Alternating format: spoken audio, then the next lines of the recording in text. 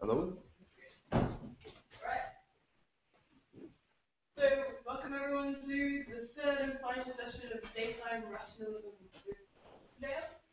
Today we're going to be talking about beauty, justice, and acceleration. Take it away, Pete. Okay, for those of you who were here last week, what I'm going to do today is actually going to kind of follow on quite well from the discussion I had with Reza last night about trying to. So Reza was talking about the summum bonum and this kind of relationship between truth and goodness, and I think beauty is fundamentally bound up with this. But before I get into that, I'm going to kind of try and recapitulate a little bit what I've done in the previous two sessions, just so we know where we're at and you can see how everything is kind of coming together. Because there's a lot of stuff, I know.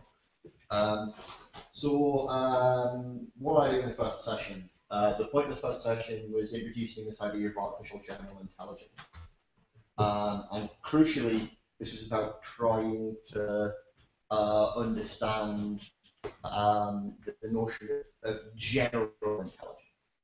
And I said, in terms of artificiality, this is about providing a kind of functional description, functional decomposition of what it is for something to be generally intelligent, and what it is for something to be generally intelligent crucially involves, as opposed to most classical AI, pulling apart the practical and the theoretical dimensions of intelligence in order that you can articulate them. And it's in the theoretical dimension of intelligence, in sort of the rational capacities to keep track of inferential connections between one's theoretical commitments, that the real generality of intelligence consists, and the generality of practical rationality is sort of parasitic upon it. It's the fact that we can understand what it would be for something to be the case, that we can desire that as a goal. And that's what the first section is about, just trying to really get a grip on a certain kind of basic functional schema, is thinking about the generality of theoretical intelligence and roughly how that relates to practical intelligence.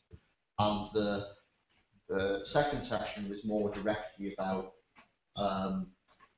practical reason and desire, and the fundamental difference between desire as a kind of general form of goal representation, which is arbitrarily extensible, and drives as a kind of parochial form of motivation, which aren't extensible, which are kind of limited to a given particular biologically adapted context.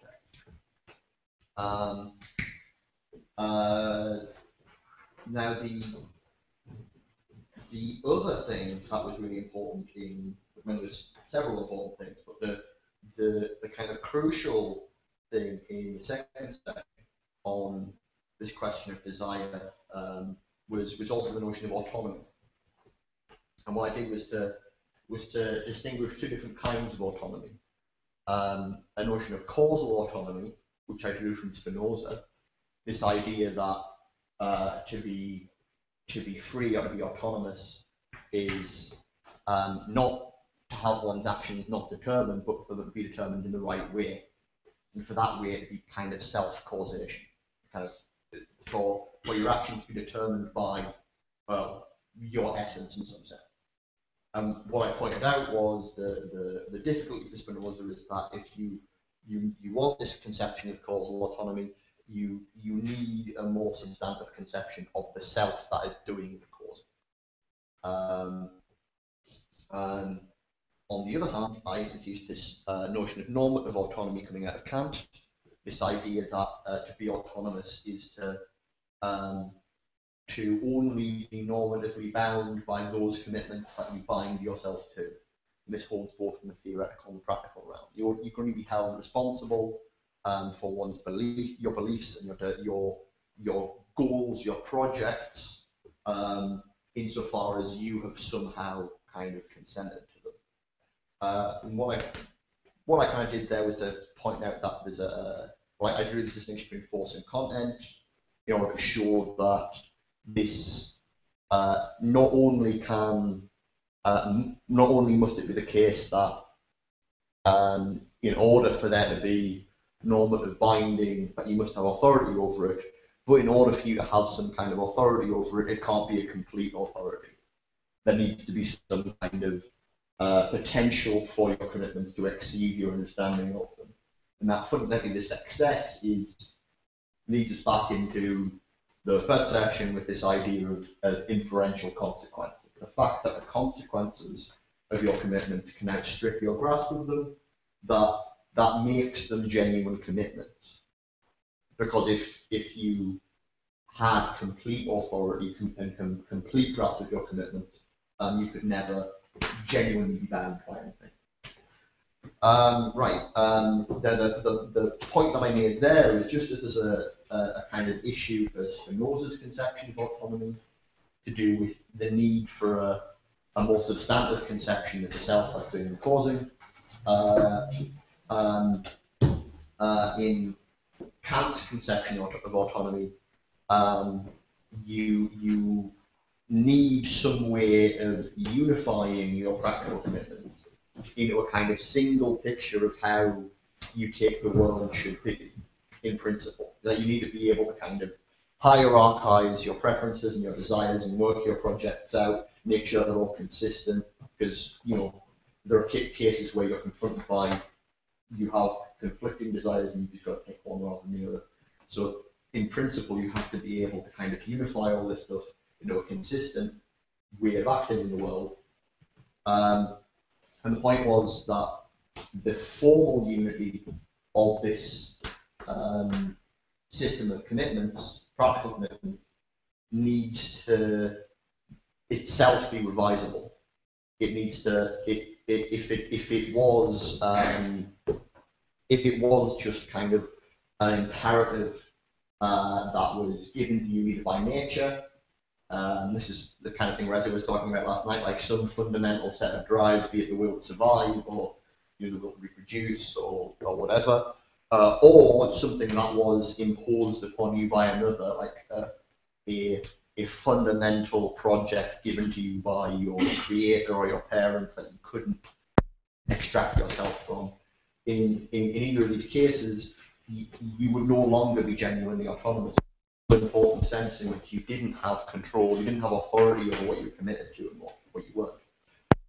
In order for there to be kind of full conception of normative autonomy, something that both enables you to unify and make your consistent, something like a fundamental project, but something which is itself open to revision. And what I said on Heidegger, this is of yourself as who you want to be. But at one point I didn't make there, which I'll make now, is so Heidegger's idea of Dasein as that for the sake of which he thinks that we have the world in terms of possibility for acting within it, and our projects, our ways of going about acting in the world are unified by our selves. But it's not an ego conception of like all for good, but rather it's a conception which is very sort of similar to Burch, this idea of acting in such a way as to be who you want to be. And interestingly enough, where Heidegger gets this from, or at least in part, is are we okay? Someone being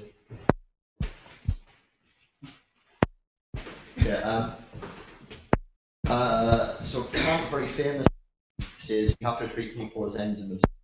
And this is another way of actually articulating normative authority from an external perspective. Right, you have to treat other people as means projects. You have to treat them as ends in themselves, as fundamentally governed by their will. Right. From Heidegger, there's this external perspective, and put it internal. So the whole idea of Dasein, the sake of which is viewing yourself as yourself, and that in you as an self, that is the thing that unifies our commitments and turn into a kind of considered whole of that. But finally, this section of yourself, mentally in terms of who you want to be, it's not who you want. It's or rather, it's becoming who you are. This self-conception for itself. Can. I think we've just got the batteries are kind of running low on the mics. Okay, right. Okay, right. So both this causal and normative autonomies come together in this idea of selfhood, not as something you already are, but as some kind of representation of who you want to be, and that secures the revisability of your desires and your practical projects in such a way that you are autonomous in the sense that you are any of your commitments can be revised. You can decide to change any aspect of yourself in an important sense. Right. Okay. Now, I think that the major figure who really appreciates the combination of these two things is causal and normative autonomy, who comes out of Heidegger, I've already said it before, is Foucault. So Foucault's later work on the care of the self and forms of subjectivity is all about this idea of self-relation. A form of subjectivity is a particular kind of self-relation. It's a way of relating to yourself, which is to say, it's a particular type of self-image, right? A particular way of organizing the process through which you revise your commitments in relation to what you want to become.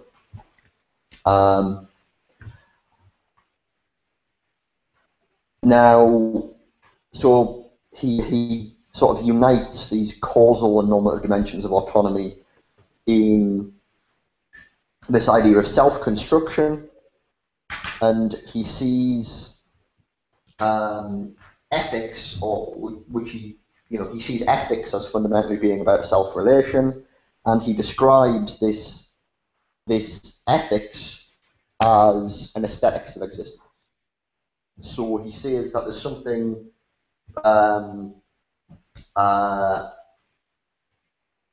ultimately what you should do is to maintain and increase your autonomy, right? You should maximize your freedom, but in such a way that it improves both these causal and normative dimensions of autonomy. And to do so, fundamentally, you have to not be fixed upon, like this ideal of revision has to not be bound to any given kind of desire or any kind of project.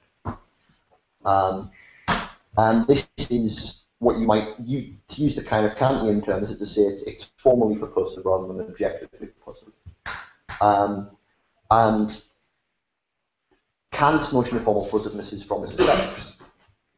He thinks the beautiful, the experience of the beautiful, and experiencing a beautiful object, it's formally purposive insofar as it doesn't satisfy any of your given desires, none of your concrete or particular desires.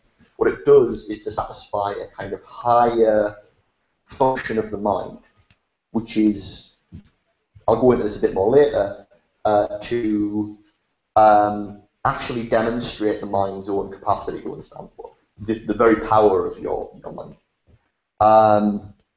Now, in Foucault takes this kind of aesthetics of formal purposiveness and turns it into this ethics of self-relation, in which you are meant to kind of engage in a process of self-construction in which that process is supposed to be unbound by any particular desire, such that it can continue to engage in more self-construction. So you construct yourself so as to be better able to construct yourself. I could use the word self-mastery here, but people don't seem to like the word mastery, so I'll leave that. Now, the program I want to kind of pursue here is to say, well, how? Because this is Foucault's work at the end of his life, and I think what we have in Foucault's work is an incomplete project. And fundamentally, when he talks about ethics, as you see, he talks about self-relation. And so you might want to wonder, well, where is other relation? And there's not to say that there's nothing to be said about other relation in his ethics, but it's not a complete account. So what I'm interested in is how do we extend this ethics of self-relation into what you might call a politics of other relation. Politics is fundamentally about other relation. And what I want to do is to do that via the Hegelian idea that I introduced in the second section, which is this idea that the account of artificial general intelligence I provided, or the account of individual rational agency, gives you an account of collective rational agency insofar as, because it's abstract, it's just an abstract functional account, you can make rational agents out of rational agents. You can compose a collective agent out of an individual agent. So in that sense, if we have this Foucauldian idea of individual agents as self-relating and self-constructing and maximizing their own autonomy, what happens if we apply that idea to a collective agent? Right? Can we use that kind of parallelism to get ourselves to an ethics to politics? That's the sort of the main program of what I'm doing here. So and I've just described that as the move from autonomy to justice. Like, can we develop this idea of individual autonomy into a notion of justice at the collective level?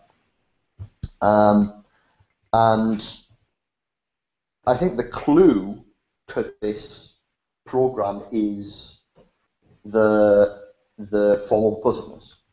The clue is the parallel between Foucault's aesthetics of existence and Kant's aesthetics. We've got to take seriously the idea that it's an aesthetics, and that this means that it is in some sense concerned with beauty. That what Foucault is telling us is to construct ourselves as works of art, and in this sense, justice could be seen as constructing ourselves collectively as a work of art, constructing our coming together as a group to make ourselves who we are, and to do that which is beautiful. But crucially, what I mean by beauty, like that's just a kind of like there at the moment. So what I'm going to do for the sort of middle part of this talk is to try and go back through the history of the concept of beauty and try and think about that, or think about aesthetics and art, and try and just get conceptual clarity out of this history. And I end up presenting a conception of beauty as a value and comparable to truth and good. This is where feeds into my discussion with Reza last night. So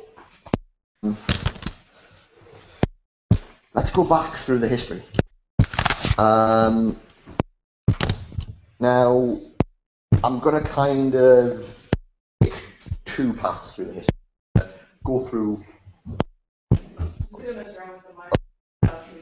Okay. I'm going to go through the history once, like a basic overview, and then I'm going to go through it again, get a kind of conceptual meat. This is obviously, there's more to the history than what I'm going to put, short talk. What do you expect? Now, one of the things that's when dealing with questions of beauty and art and aesthetics is that these neatly map onto it. Particularly, there's between aesthetics and philosophy of art. Where sometimes people use them interchangeably. Sometimes you can't quite use them interchangeably. Sometimes you're talking about distinct things. And so it's sort of to go back in history in order to sort of see where conclusions emerge and see if we can hear about what we're talking about. These two things. So the first thing I want to say is I'm going to go back because but everything goes back to Greek.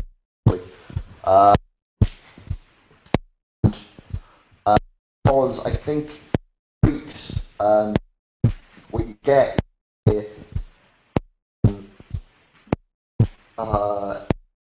it clarifies a certain ambition in the way to term beauty, at least in. So I think talking about beauty. There's roughly two sides in which we talk about beauty. We talk about value, which is, going to say, something like truth, goodness. On the other hand, we talk about beauty as a quality, which is, say, like a kind of property that things possess, analogous to,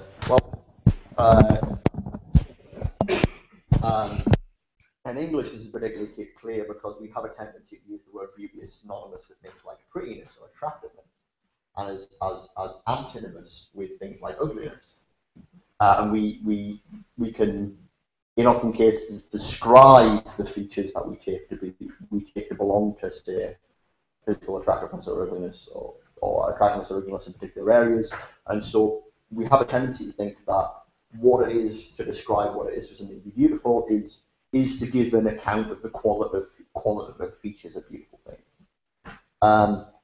What's interesting about the Greeks is that the Greek notion of kalon is very specifically a value and not a quality. It also gets translated as nobleness rather than prettiness, right? So in the Greek, it's not just kind of it very much isn't something which is just applied to art. It's something which can be applied to anything which is virtuous. And in fact, it's including things like dogs. Including things like dogs and horses, and tools and things that are functional and useful. I'm going to talk about how this works a little bit in my second run through the history, but for now it's just useful to see that in the original kind of origin we have this kind of tension, and what you get in the history is a kind of weird back and forth between these two sides.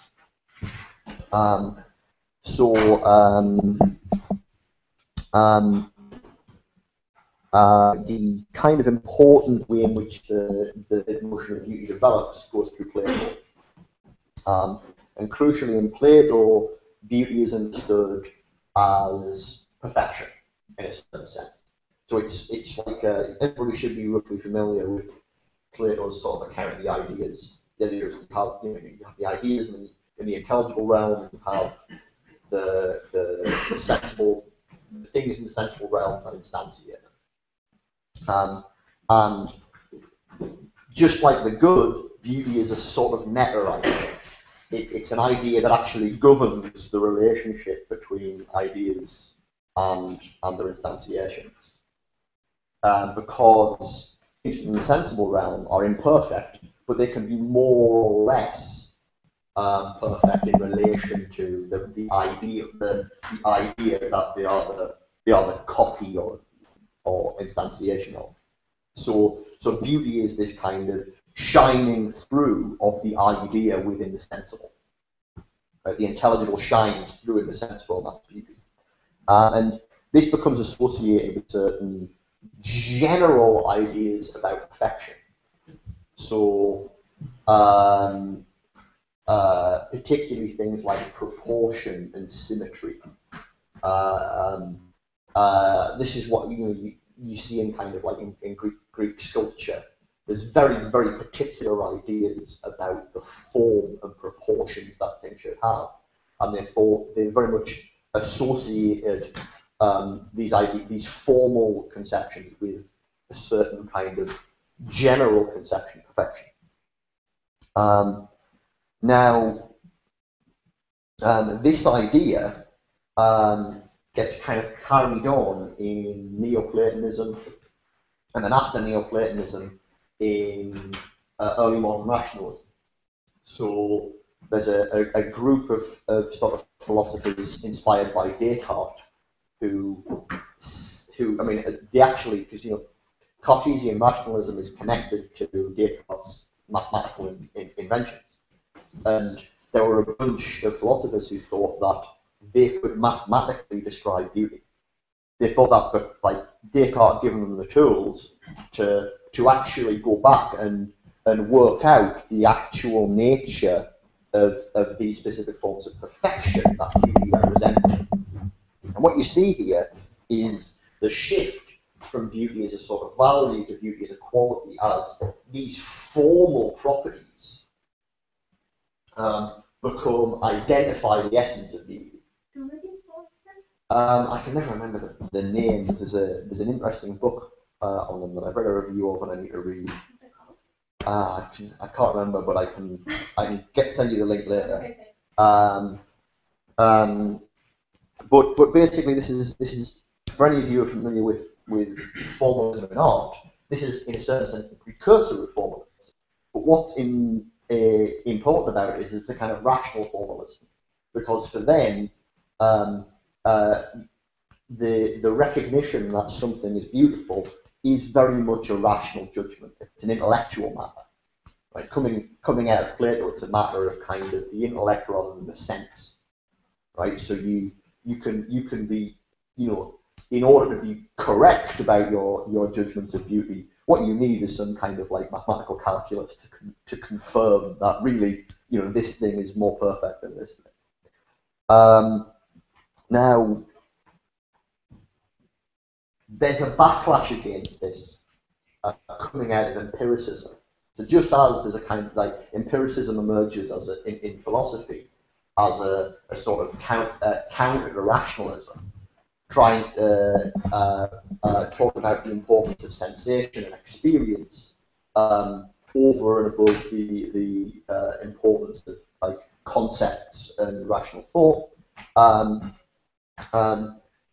There's a similar backlash in thoughts about beauty, and in fact, this is where the very idea of aesthetics really comes from, because the crucial idea here is that the experience of something as beauty, or the recognition that something is beauty, is not an intellectual matter, but a sensual one. It's a matter of feeling rather than reason. Or rather, it's a matter of taste. This is where the real kind of philosophical accounts of taste as opposed to reason emerge. And aesthetics, as the name for a discipline, is all about this kind of emergence of the idea of taste and a kind of a faculty of taste, which kind of pre-rationally intervenes in the way one feels about things within the world. Now, is everybody following this? I'm not sure if I'm spending too much time going through this history, but I find it quite interesting. Now, interestingly enough, just as I've just described how like a certain conception of beauty emerges in rationalism, a certain sense of beauty emerges in empiricism, Kant represents the sort of the synthesis of these. Just as he represents the synthesis of empiricism and rationalism in epistemology and philosophy of mind. He does the same thing in aesthetics, right? But what he does particularly is he distinguishes between four different kinds of judgment. So these four different kinds of judgment are the judgment of the agreeableness, I think, the judgment of taste of agreeableness, perfection, beauty, and sublime. So the idea of agreeableness is just something that makes you feel nice. It satisfies your urges in some sense. You have a tasty meal, and it's really agreeable for you. But he importantly wants to say that, but that's not what beauty is. And in saying that's not what beauty is, that's him kind of bitch slapping the empiricists and going, right, no, it's not just about this kind of immediate feeling. Right? On the other hand, he has this judgment of perfection, where he says, like, well, we can judge, you know, a set of tools as being perfect in relation to their purpose, or we can see like an animal is really well adapted to its environment. Again, there's this kind of like perfectibility in relation to a purpose. And you'll say, but that is not the judgment of beauty, right? That's the rationalist smackdown. And what he ends up with is these other two judgments, the beautiful and the sublime, which are the real meat of his aesthetics. And I mean, there's certain crucial elements to this, so I'll just pick out three. I'm going to actually go back and describe this a bit more later, but on the one hand, he says that the judgment of beauty is subjectively universal. What this means is that, as opposed to something like agreeableness, we take it to be something that other people should agree with us on. So we recognize that, like, you know, I might like, you know, strawberries. You might not like strawberries, but I don't take you any important sense to be wrong in saying, well, you know, you say, well, strawberries aren't very nice. I'm like, well, you know, there's no real disagreement between us there.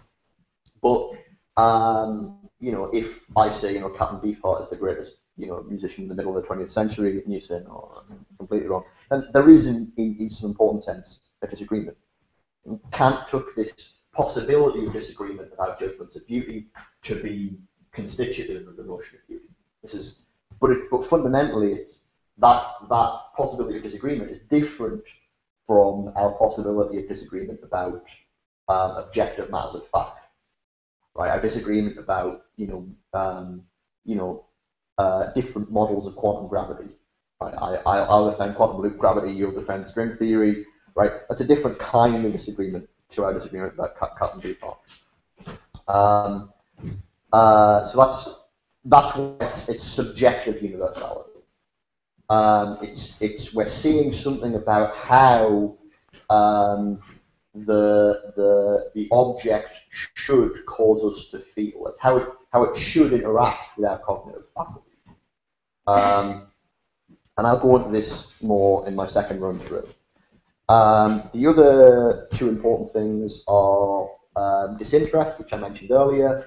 Kant thinks that unlike, say, in the judgments of perfection, right, which are fundamentally interested in a certain sense, right, the tools are more or less perfect in relation to a certain thing you want to do with them, right? He thinks that a work of art isn't supposed to do anything in the same sense that tools are. It's not supposed to satisfy any particular desire or any particular project you have, right? And this isn't to say it's completely non-purposive. It's and this is where we get back to this idea of formally purposive. It's formally purposive insofar as it satisfies a kind of higher desire of, or a higher purpose of reason itself, something that we all share insofar as we are rational agents. But again, I'll come back to that and explain it. And the last thing, I'm just going to mention because it's a great word, is hypotyposis. And hypotyposis means that Kant takes that to be a kind of structural analogy between beauty and goodness. such that we learn something about ethical and sort of ethical normative judgments by appreciating aesthetic normative judgments. So although it's not particularly important whether or not we disagree about Cat and Default, we can disagree about him in terms of whether or not he meets the particular standard of beauty we're talking about. It doesn't have any particular additional effects upon our practical projects. Disagreements about ethical issues, about whether we should engage in this kind of project as society, or this kind of project, or this kind of project as individuals, or whether that's a bad thing. They have the same kind of structure insofar as they're not, their normative force doesn't come from the world. They're not objective, right? But they still have this kind of something like its subjective universality, but it's different from beauty. And Kant thinks that Kant thinks with the idea of hypotyposis that the beautiful good. But like how's the hypotyposis, I'll write it on the board. How's that relating to formally purposive? Can you just clarify that? Well, it does have a certain relation to it insofar as the point about hypotyposis is that Kant thinks that appreciating beauty in the world is good for us, right? And it's good for us just because we're rational agents, not for any particular desire we have. It's just good for us because what it does is act as a kind of symbol of the good that gives us a connection to the good and thus a greater appreciation of what will, in his particular conception, be moral law. Right. Anyway, how am I doing for time? I have a feeling I'm okay. Right. Okay. Now, what's missing in Kant, really? I mean, there's a little bit about this in the account of genius, but what's missing is actually in a philosophy of art. It's Kant's aesthetics, but really Kant thinks that what's principally beautiful is nature, and to the point where he thinks that basically art is, for the most part, just beautiful because it copies nature. Like the essence of beauty is natural beauty, and so there's nothing too interesting to say about it. There's a few things in the third critique that are I think are actually worthwhile pursuing there, but this is a reasonable way of looking at it. And this is where Hegel really differs from Kant. I mean, Hegel, and one of the reasons Kant thought this way is that Kant really had no knowledge of art, whereas Hegel really knew art. Hegel had, visited important museums and had seen lots of important works of art and really had a kind of great appreciation of the various periods and its historical development. And so Hegel thinks that actually the principal form of beauty is artistic beauty, and that beauty within nature is just a kind of a pale imitation, a reflection of beauty that we find in art. And he thinks that this is because what beauty is the expression of the ideal of freedom itself. So in art, what we have is us representing our own freedom to us in a variety of different ways. But we find ways, works to express the idea of our very own freedom, and this is a kind of form of self-recognition.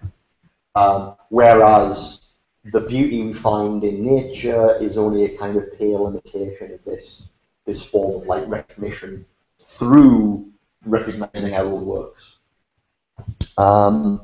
So this is kind of an important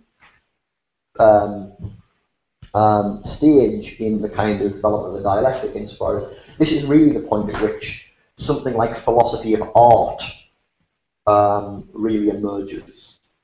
So art is no longer merely just what nature does done by us. It becomes something distinct in itself.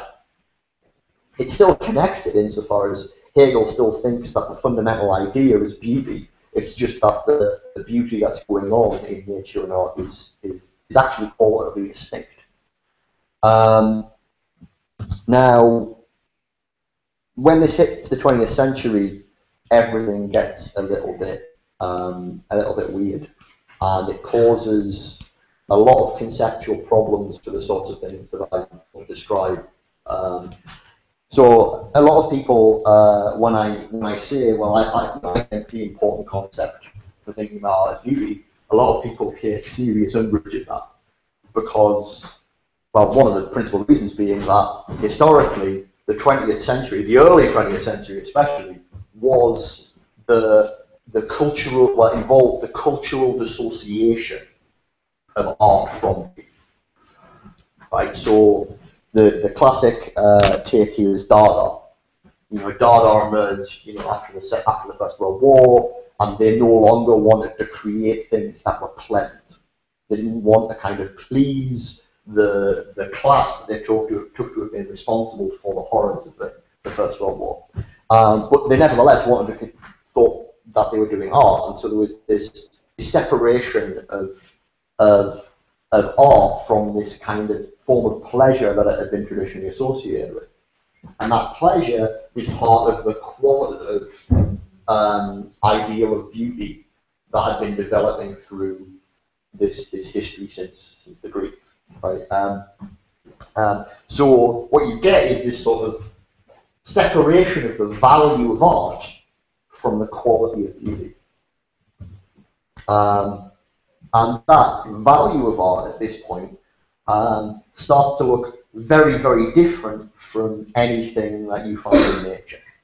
The value of a kind of a wonderful natural landscape that we can all appreciate and kind of enjoy is at least at first glance very distinct from the value of the Francis Bacon painting or Dadaistic poetry, or so there's this kind of like rift created, and in the 20th century this rift kind of just expands because you get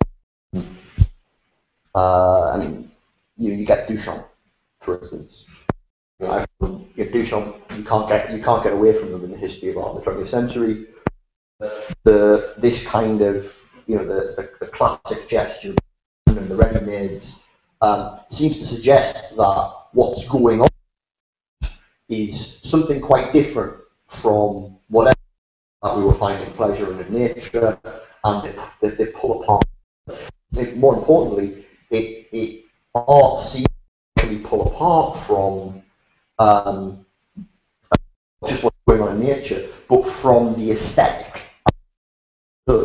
since the empiricists, because it actually ceases to be the sort of sensible qualities of the thing and what those sensible qualities do to us, which is important. It starts to become something conceptual and intellectual again. Right? The fundamental artistic gesture of Duchamp is principally intellectual, and this is kind of like reaches its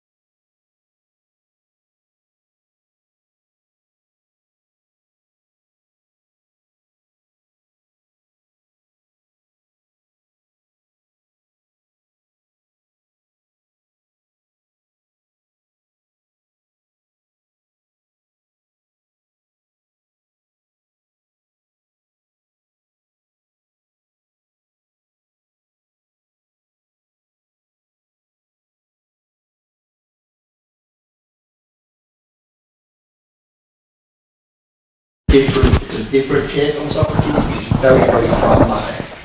Socrates is a really kind of pragmatic philosopher concerned with, so Plato's Socrates becomes more kind of metaphysical, whereas Xenophon's Socrates is very much concerned with the good life and how you live properly. And I don't necessarily think it's better, but it's good to have this kind of stereotypic view of Socrates. And this is a good example of why, because Plato's, presentation of Socrates' conception of beauty is related to function, insofar as the thing being beautiful is the kind of shining through of the idea in the sensible, and the idea fundamentally is a kind of function. It gives you the real objective purpose of the thing, but it's a kind of like divine purpose. It's this kind of like purpose which is sort of abstracted from the everyday, right? And and that's how it becomes this kind of like very abstract conception of perfection. Whereas in Xenophon, well, there's this part in the dialogue where people ask Socrates, well, what's a beautiful X, what's a beautiful Y, blah blah blah blah, and he basically just says, look, a beautiful house is one which is really good to live in. Like it does everything I need in order for me to live in that house. Like a beautiful tunic is just a tunic that does what a tunic is supposed to do very well. And it's this pure idea of beauty as utility, right? And it's purely linked to our personal, practical interests. Like for him, what is beautiful is efficient function, right? Is exemplifying a certain kind of practical use.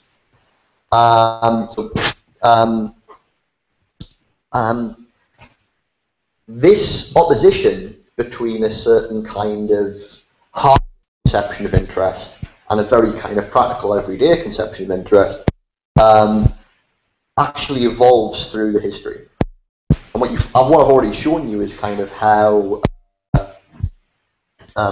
this notion of higher interest as perfection goes through Neoplatonists and into Cartesian rationalists, and how. Am I all right? Are we? Okay. And how? What I haven't kind of said is that actually, empiricists, particularly Hume, believe the idea of beauty as utility. They think that not only are they interested in as linked to kind of taste, but the kind of need of taste.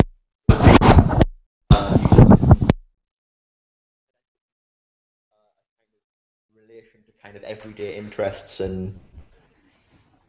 The better reasons I'm trying to complicate your mind. Okay. Just go on. Okay. Right. And what's interesting is that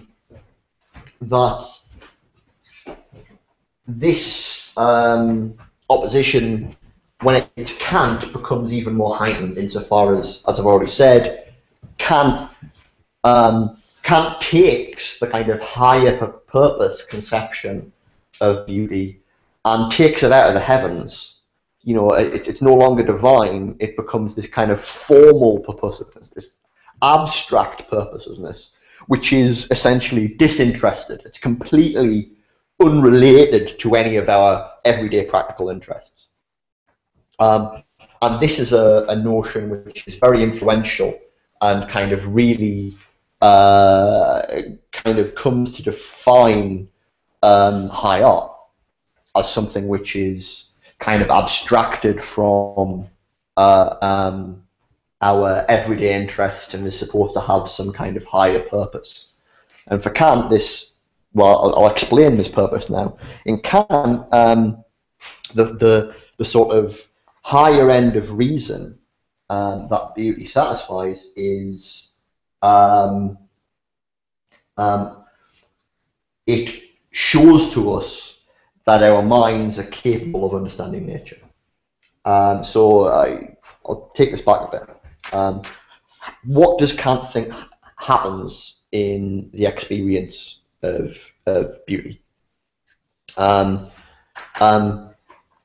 thinks that what goes on in the experience of beauty is that it's not just a kind of sensual or an intellectual thing, it's a combination of the two.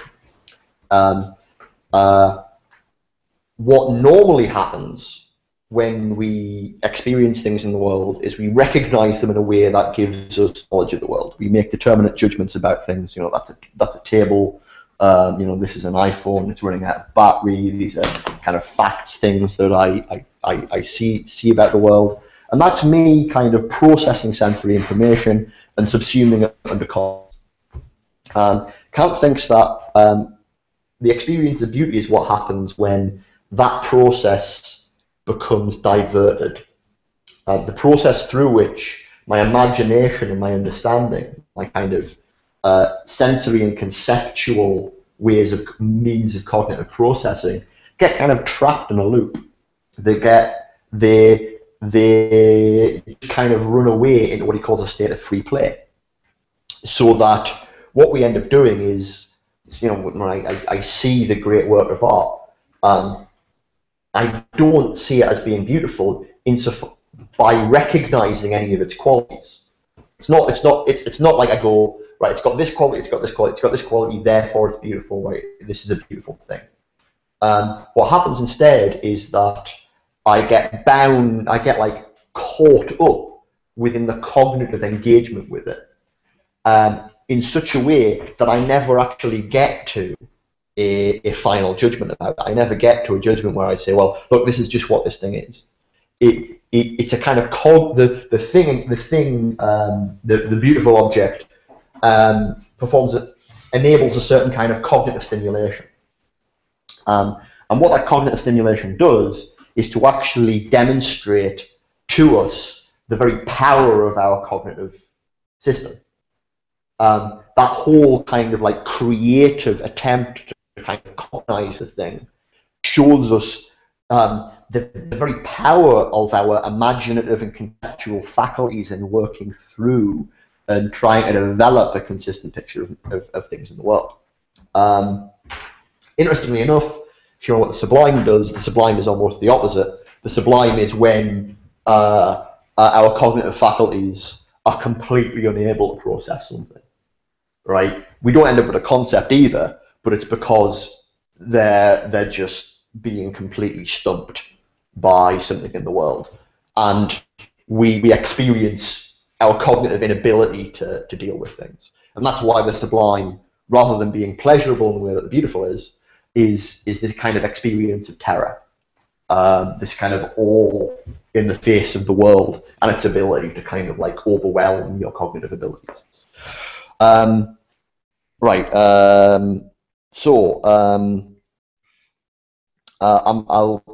say a little bit more about that cognitive stimulation in a bit, but sorry, can you speak about how the two are relating together, the sublime and the other one? The sublime and the beautiful. Yeah, in terms of like, what's the relationship between not being able to process something and being able to process something but never actually, like, it's just this sort of spiral?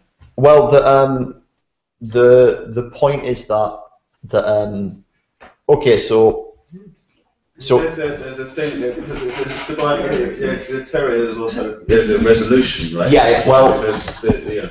It's important to understand that the sublime isn't just terrible. It is pleasurable. But the reason it's pleasurable is because it satisfies a slightly different higher cognitive function. So in the beautiful, we experience the power of our full cognitive system to deal with the world, including our like imaginative ability to process things. Right? In sublime, our imaginative abilities to process things go wrong. So the example I always give the sublime is, I don't know if you ever had the experience of looking up at a starry sky and genuinely being aware that there's no way in hell you can count all the stars. Like just having a kind of experience of the sheer infinity of the cosmos, where you're like, look, this stuff is beyond me. I cannot imagine it to be processed. The sheer scale of the universe. Right, that's an experience of the sublime. But the pleasure that comes through it, in relation to the terror, is the fact that you can, despite the fact you can't process it, you can understand that you can't process it. You can, in a certain sense, rationally grasp what you can't grasp imaginatively, and that is a different kind of power of your cognitive system, which you've just been shown, and that's why the sublime for Kant has a kind of a pleasure in it, nonetheless. But these are both fundamentally higher functions of reason. That the pleasures come from something which is common to all of us. It's got nothing to do with any of our given desires or projects. It's something about being a rational agent at all, right? And that's why in The Beautiful, at least, Kant thinks that judgments of the beautiful are subjectively universal. He thinks that, like, you know, when I have this experience and I say, look, this is beautiful, I'm saying something like, look, you should be having this experience too. You should be engaging in this kind of cognitive stimulation, because we are all kind of rational agents who have this is what he calls this sensus communis. We have this kind of common set of faculties that enable us to engage with the world. I just can't get it. What you say that when you are experiencing beauty, you are in a loop, and it somehow demonstrates the power of our whatever cognitive. It's not. You're not reaching to the point. You're not actually getting it. This is what you say. You're not getting what the thing is. You can't understand what. Well, it's not a loop. I mean, this is a good example of the difference between positive and negative feedback. Insofar, when I said you're in a loop, what I should have said is it's like a spiral. It's the positive feedback. It's not that you get trapped. It's rather that you take off. Like your cognitive faculties take off. Like you, instead of just kind of like processing the boring problem of, you know, how many people are there in this picture, or like, well, what is it kind of like, what is the situation that's going on in this play, right? The information that's coming in sends your cognitive faculties into overdrive, and they start feeding off themselves and doing what they do best, right? And in doing what they do best, you experience your own cognitive power. Right. Just quickly, yeah. On the sensus communis. This is probably something you're going to get into later in the talk, so feel free to just say you're going to bracket it. But, with this putative notion that you're going to sort of reconnect to a degree ethics back into the political thing through the connection of beauty and judgment, and the role of sensus communis in here.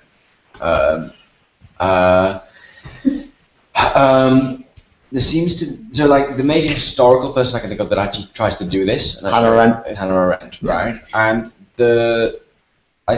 from my understanding of how this operates in my reading of Kant, through that, the problem becomes that sensus communis requires a detachment from what is being judged. So the example Kant uses is you're watching a play. The play doesn't have aesthetic value unless you have an audience, but the audience has to not be members of the play. This is why you have to have the separation between the people. Two sides in order for the aesthetic event to be constituted. And then when you bring the theorist in a political or a justice sense into this is why the juridical role has to be someone that's not an actor. So the philosopher or the person that's involved in constructing a sort of judgment of justice, using the model of the aesthetic sensus communis, is not the person that's involved in political action. And this is why you end up with all sorts of problematics about actually getting a positive political theory out of Kantian aesthetics. Okay. And I just wonder if where you're falling on that, and if you're understanding the sensus communis differently than that. The thing I'll say is, although I know that this is what Arendt does, I don't really know how she does it very well. Arendt is someone who I have to come to, because I do want to do something with sensus communis, though the way I would go about it is probably going to be very different from the way. But I don't think it's just in Arendt. it's in Kant. Well, yeah, it is Kant because is that essentially- idea of separation is. But I just reject the idea of separation. Like I think Kant has his finger on something in sensus communis, but I actually think the nature of Kant's account of it is flawed. Because it legitimately emerged in the thing which you're judging. Well, for instance, this is something I've written about. If anyone's interested, I wrote a paper with a good friend of mine on the aesthetics of Dungeons and Dragons and the unique experience of role-playing games. And our whole thing is we apply a kind of Kantian model to the aesthetic experience of role-playing games. But in that, like, you are involved in the artwork, right? You are like the actual thing which is producing the beauty is what you're all doing together. So I think Kant's rough model can be extended beyond that kind of observed kind of separation without too much difficulty. But I mean, this would be good to talk about later because you know Arendt better than I do, and I mean the other figure who I know better is Lyotard. So what's interesting is you have this split between Arendt and Lyotard, and that Arendt in certain ways wants to get political ideas out of Kant's conception of beauty, and Lyotard wants to get political ideas out of Kant's conception of the sublime. And I think there's probably some interesting stuff in both, and it would be cool to talk about it later. But is it really that Lyotard wants to get political ideas out of? But he wants to use the sublime as a political concept. Does he? Yeah. Doesn't he want to think of sublime as that which cannot not produce in you, who experiences sublime, have a sublime experience, that you have to produce something that might become political? He's not using the sublime as in any sense as a political vehicle. No, I mean, because this is the thing. Like Lyotard, in my opinion, is like the best reader of Kant and the Sublime. His lectures on the aesthetics of the Sublime are absolutely phenomenally good, and he doesn't just do political things with the Sublime. Like Lyotard, you know, the essays on Barnett Newman and things like this. He really tries to kind of develop. Because so one of the interesting things about Kant is that Kant, you know, I said Kant was more concerned with nature. Kant didn't think there could be sublime art. So what Lyotard does with Kant's concept of sublime is first of all to talk about how there can be sublime art, and that's independent of any like political project, but out of the idea of sublime art and its connection to some cultural notion of the avant-garde and the kind of transgression of conventional forms and this and the other, he starts to kind of develop a more general idea of cultural change which can be applied to political contexts as well. So can one also think that there's a difference between the experience of beauty and the experience of sublime is that the experience of beauty does not contest the subjectivity. Oh yeah. Whereas the sublime is exactly this, the contestation of the subjectivity. Yeah. And in that moment, you have to make a new form of connection, but not from an identitarian position, but within a moment of individual, a possible moment of individuation. Okay, but I mean, I'm not sure that's the way in which Lyotard uses it. That's much closer to, say, Deleuze, so Deleuze, I mean, never talks about beauty or sublimity, but like his work on art is like rife with it. Like his account of the crucial concept is this idea of the shock to thought that turns up both in the Bacon book and in the works on cinema and time-limited cinema.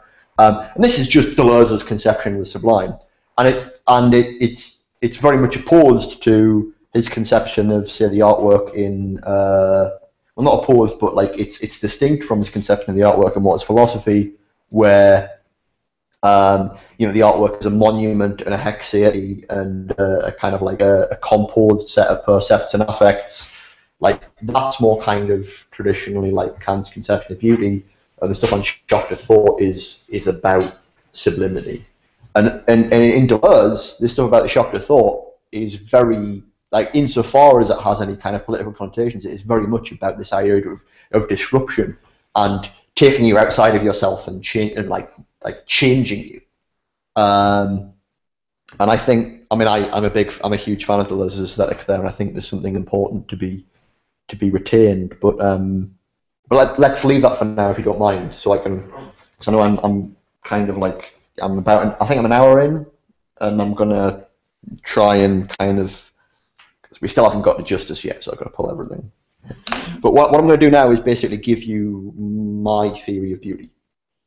I've given you all of like the basic context for it. I'm going to try and give you what I think beauty is. And the crucial thing is, so I've just discussed in the second pass through this idea of interest versus disinterestedness coming out of Socrates. I've discussed this idea of cognitive stimulation in Kant, right, which is in both the beautiful and the sublime. And the other thing I want to bring back is Hegel and the idea that beauty is about the expression of freedom. I think Hegel's slightly wrong there, but I think he touches on something important. So, how am I going to synthesize these ideas? Well, I think what you can get out of this is a formal and a substantive conception of beauty.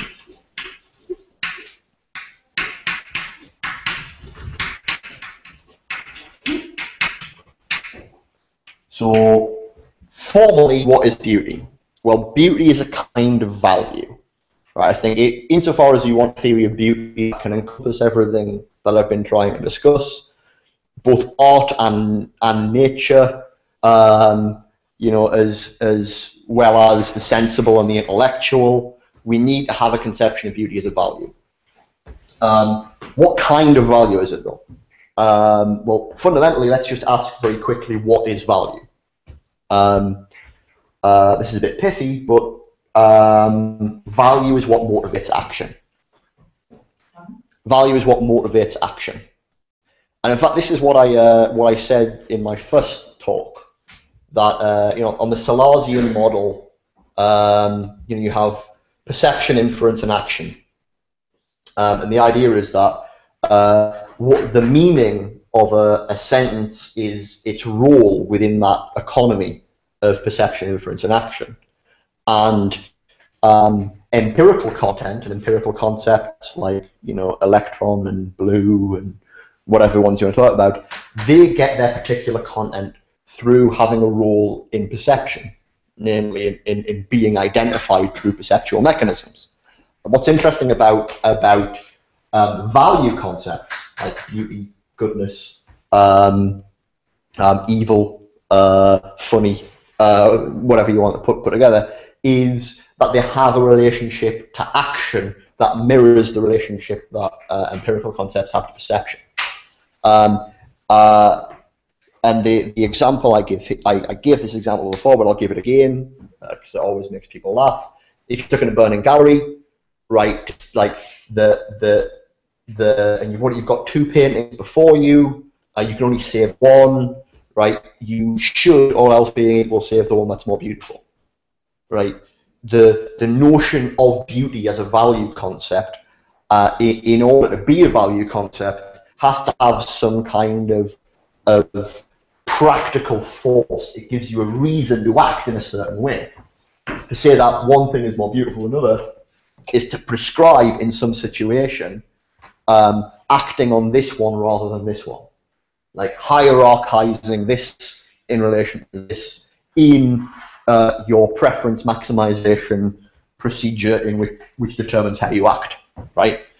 And there are, of course, defeasors to this. Like there are good reasons to potentially save one rather than the other, but all else being equal, you save the more beautiful one. That's just got to be part of what we mean by beauty as a value, right? But what's specific about beauty as a kind of value? What's different between beauty and goodness and truth and funniness and all these other things that you might want to talk about? So, for instance, like appropriateness as a value concept, or manners, like good manners or bad manners, right? You've got all kinds of like complicated normative concepts that apply within certain local situations, which are to do with particular kinds of conventions, right? Whereas, the big three, truth, goodness, and beauty, seem to be universal in a sense. They're not about some particular set of social customs we've got, at least not principally. They're rather about the general structure of acting for reasons.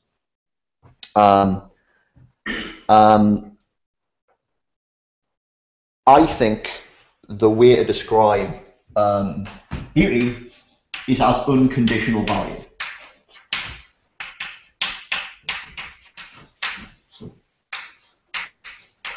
It is, and that's fundamentally looks like this idea of disinterestedness. It's this idea of something is beautiful if it has some kind of compulsion towards action that is got nothing to do with what you want. It's got nothing to do with your desires, with any kind of like social purposes or projects. It's just in and of itself, it compels you in a certain way. It's that categorical kind of. Would you think it like that? Because the way that Sellers talks about categorical kind of. Not quite, because I think this is where you get into hypotyposis, right? So we'll okay. Leave that back, right? But the question is, well, okay, so if what is beautiful is what's unconditionally valuable, it provides a certain specific kind of reason for action. There's still a question of, well, okay, well, but what kind of things give you that reason for action? Why? What is the reason for that reason for action? Right? What's the ground or basis of it? And this is where, yeah, they got this question of, well, what is beauty substantively rather than formally? And I think substantively, beauty is freedom, or rather, beauty is the enhancement of freedom. So rather than Hegel, who thinks that something is beautiful insofar as it expresses the idea of freedom, we see our own freedom in the thing, I think, no, there's an important sense in which the beautiful is what concretely enhances and improves our freedom. Okay, this seems a bit kind of abstract, right? I don't have any examples here. And crucially, in giving examples, what I have to do is actually break beauty down into two species, right? Because I think that, so for instance, this big debate I talked about in the history of philosophy as to whether beauty was to do with like everyday purposes and utility, or was to do with like higher purposes or disinterestedness, right? I actually think that both of those sides are talking about beauty. Right? They're not. I don't think they're actually disagreeing in the way that they're disagreeing. What I think is that they're talking about two different kinds of beauty. So what are those two different kinds of beauty? Right? They are. So let's say we've got have beauty here again. Let's break it down. Right? We have interested beauty and disinterested beauty. Interested beauty is relatively unconditional.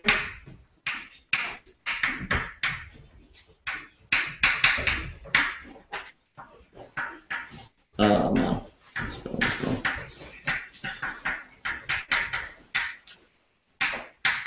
Whereas disinterested beauty is absolutely unconditional.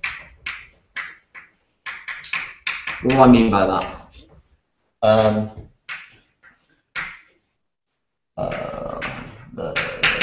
Yeah, you know what I mean there. Well, the way this works is that interested beauty is substantively about, and this is a great word, it's about supererogation. What does that mean? It means being better than it needs to be.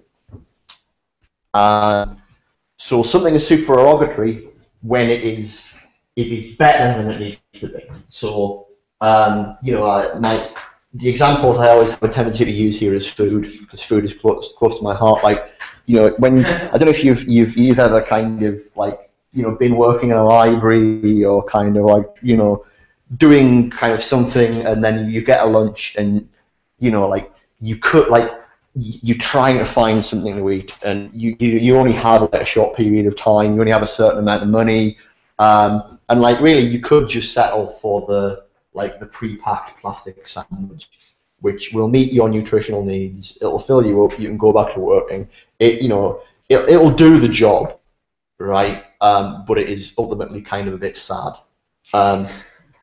Like my kind of like favorite example of beauty is the great little calf, or like food stall, or kind of, you know, which instead of like for a certain amount of money giving you something that will just do the job, gives you something that is better than it needs to be.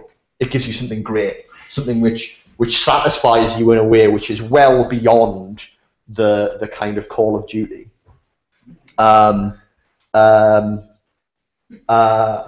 But you can see this not just in food. You can see this in all over the place. So all of the kind of classical examples, you know, coming down from like Xenophon's Socrates, where you say like, look, this is just a beautiful tool, right? This tool is like, it's like, so my I'm going to come back to food here. I have a potato masher at home that is just beautiful because it's so elegantly designed. You know, like, I've used so many over the years, and they've been crap, and like, you know, I've been able to make mashed potato with them, but it was never, you know, it was always a chore. And this one's just so perfectly designed, right? It's supererogatory, it's beautiful, right? And that's a kind of relatively unconditional value, because it's not completely unconditional, because its beauty comes from a relation to a certain kind of function. Right, it is in relation to, you know, mashing potatoes that this thing is beautiful, right? But it's relatively unconditional because it exceeds that function. Now,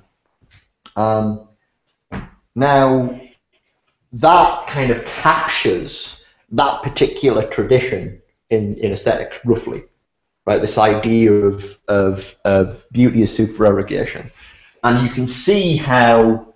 Or you should be able to see how this is a matter of enhancement of freedom, insofar as supererogatory things actually provide you with means to ends you didn't know you had, right? They extend your possibilities for action and satisfaction beyond what you initially required.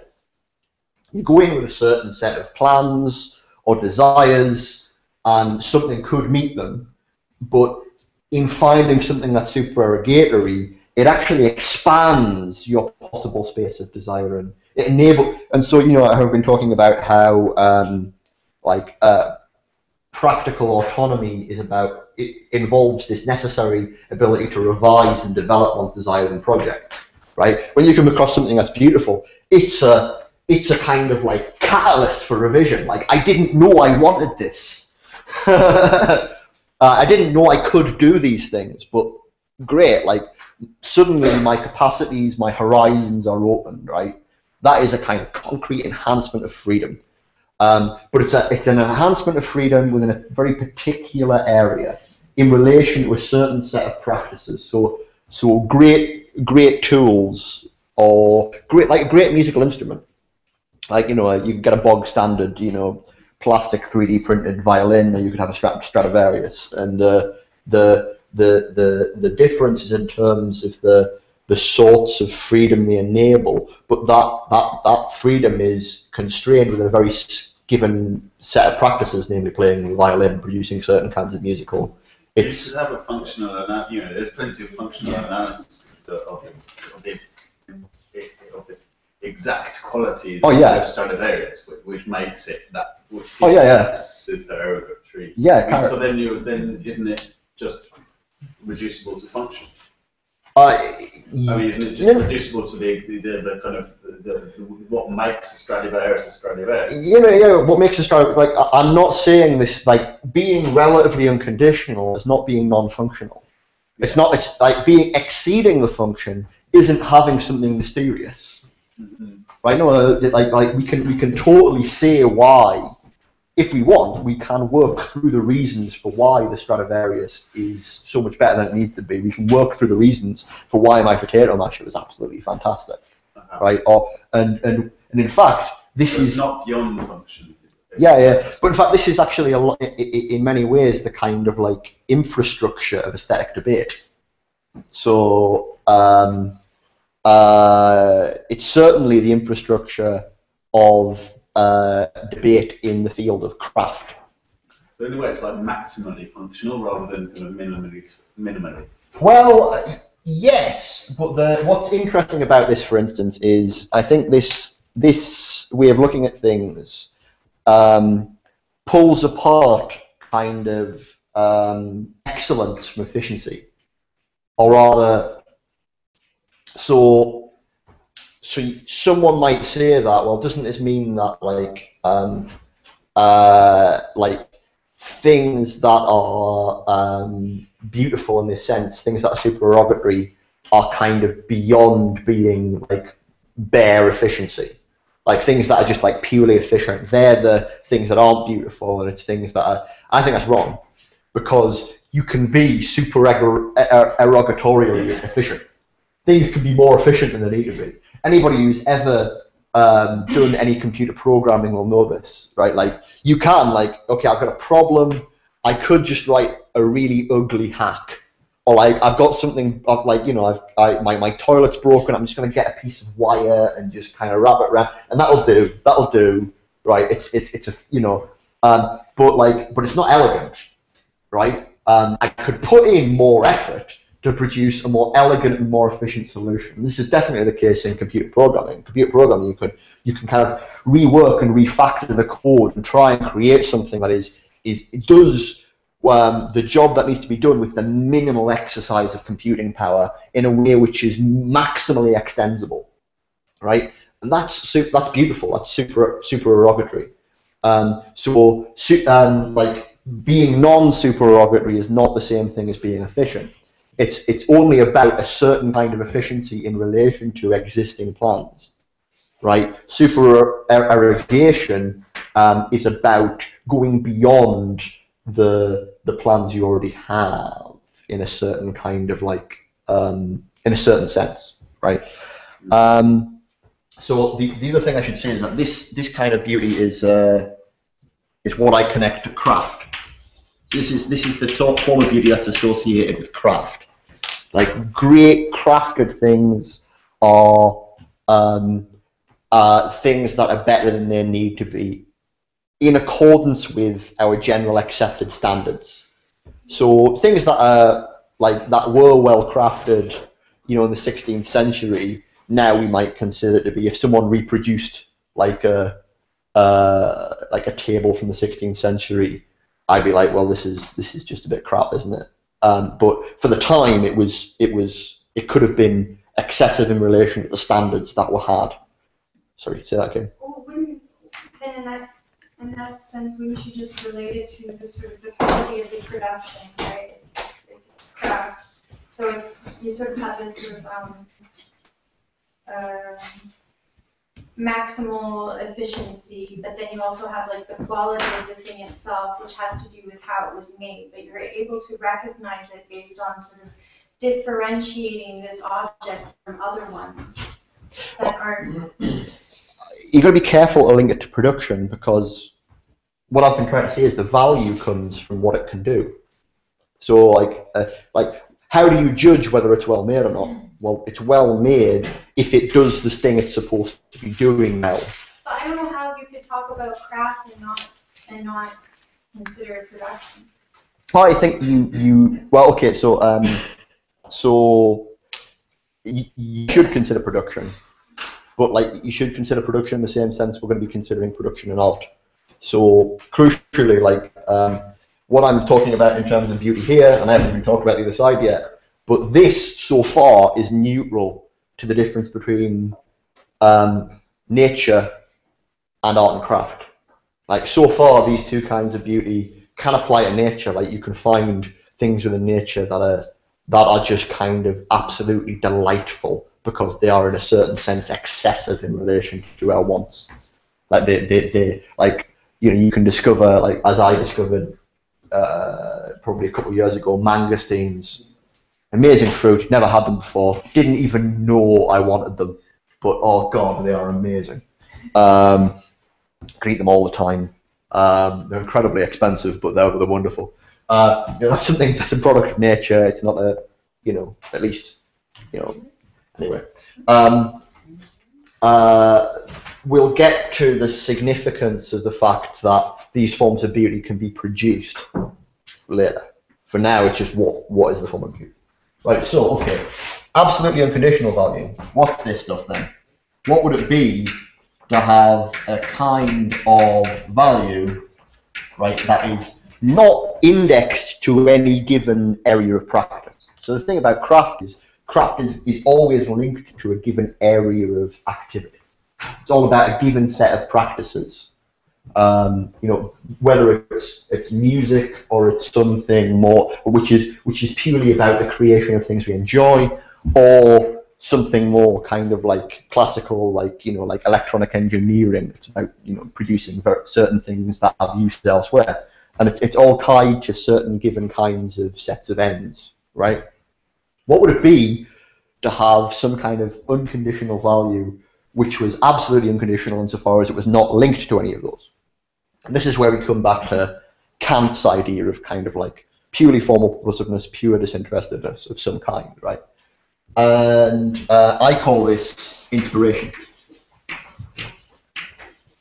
I call this inspiration because this is the bit that I think Kant got right, basically.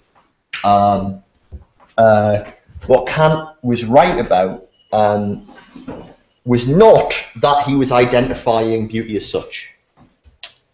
Beauty as such as a value includes all of these other things that other people were talking about. It includes all the examples of beauty as utility. But he was getting at a certain kind of beauty. This is what I call inspiration, and it's basically cognitive stimulation that enhances freedom. Right? So I think that in the examples that Kant was getting at with the beautiful and the sublime, where we go into the kind of cognitive free play of the faculties, where our kind of cognitive limits are tested, and sometimes, you know, that we pass those tests and sometimes we fail them. When our cognitive limits are tested by experience like this, what we get is an extension of our cognitive faculties, right? And I think this is just what it means really to be inspired. And that extension of our cognitive faculties, which, if you remember the distinctions I was drawing earlier, well, like in the first session, I distinguished between rational and actional capacities, right? In supererogation, generally what we're getting is an extension of our actional capacities. They're getting an extension of our particular capacities to do things. In inspiration, what we're getting is an extension of our rational capacities, an extension of our capacities to actually engage in thinking about the world and how we're going to act in it. Right? And that is a kind of freedom which is independent of any given particular task we want to do. It's independent of any of the given actions we want to perform. It's something which improves our freedom. I mean, it's not homogeneous, right? It's not like every work of art gives you just some kind of like little incremented improvement. Obviously, you know, specific art deals with specific kinds of sensory and conceptual forms, and so the forms of inspiration are plural and, you know, infinite. It's just that what inspiration isn't a particular kind of intervention within a given existing practice. It's something that opens up your ability to think about all sorts of, or potentially any, of your activities and practices. Right, and I think this is the kind of beauty that we associate with art, rather than craft. However, and this is kind of like a crucial caveat. Though I think these are two different species of beauty, I don't think they're mutually exclusive. I don't think you're either in art craft or either in supererogation or inspiration. I think these are two tendencies that pretty much combine in any piece of art or craft. What about when you're just, okay, sorry. What is something that doesn't fall under craft or art? I mean, you notice something very peculiar in an environment and you gesture to it, and that peculiar, I mean, what does that fall under? So this goes back to your earlier question. Like, I think beauty is the general thing, and it can apply both to nature and culture. Craft and art are the forms of beauty as we create them within culture. They're the works of beauty. And interestingly enough, I mean, you know, I said that in Hegel you get this kind of qualitative distinction between the kind of beauty in art and the kind of beauty in nature. I actually kind of agree with Hegel. I essentially agree that actually the real beauty is in craft and art. Like or a way of actually putting this would be to say like the general beauty is in craft and art. Like insofar as these are the arbitrarily extensible forms of beauty. Whereas in nature what we find is particular forms of supererogation and inspiration. Just out of interest, where do you place things that sort of are human creations but contingently become beautiful because of the surroundings, like the change? I'm thinking of examples like, you're in a city and there's an old building that has become extremely beautiful by its juxtaposition and like slow to decay in comparison to like the surroundings around it, these kind of things. So it's not the purposiveness of the work that's giving it the beauty there, but something that's happened culturally, like surrounding it. Well, this is a good example of how like these distinctions are a lot more fluid than I just presented them. Like personally, I'd say that that's almost a case in which culture has collapsed back into nature, insofar as it's simply just it's not something that was done intentionally. It's not an action. It's not a work, right? It's not something that was created to be beautiful. It's just. Then is intention required for something to achieve beauty through supererogation? I mean, like, does it have to be that the person who designed your potato masher was like intending? No, not at all. Not at all. Like whether or not something is beautiful doesn't have anything to do with whether or not it was produced to be beautiful or not. But whether or not something is art does. Whether or not something, because that's what distinguishes between beauty in nature and beauty in culture, is that one is produced as a work and one isn't. And now the problem is that the boundary between those two things is very, very murky and blurred, because intentionality is not this kind, like I've been saying, like, you know, you commit to do something, you make a certain kind of commitment, right? But the actual extent of that commitment, what it really means, is something that extends beyond you. So, like, importantly, like, although like the fact that an artist made a particular intervention in the world makes it art, right? Whether or not it's good or not has very little to do with what they intended to do. Like, it can be that its greatness completely exceeds whatever like particular intervention they were aiming for, and similarly, its failure can be that their intention really was unrealizable or inconsistent. Or well, I'm assuming the failure can sometimes be the source of beauty. I mean, also, yeah, right.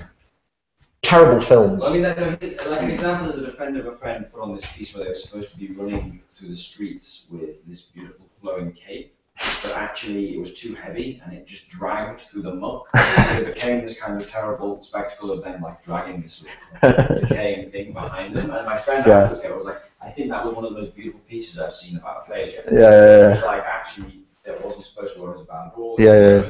So you know the intentionality they can't necessarily. Yeah.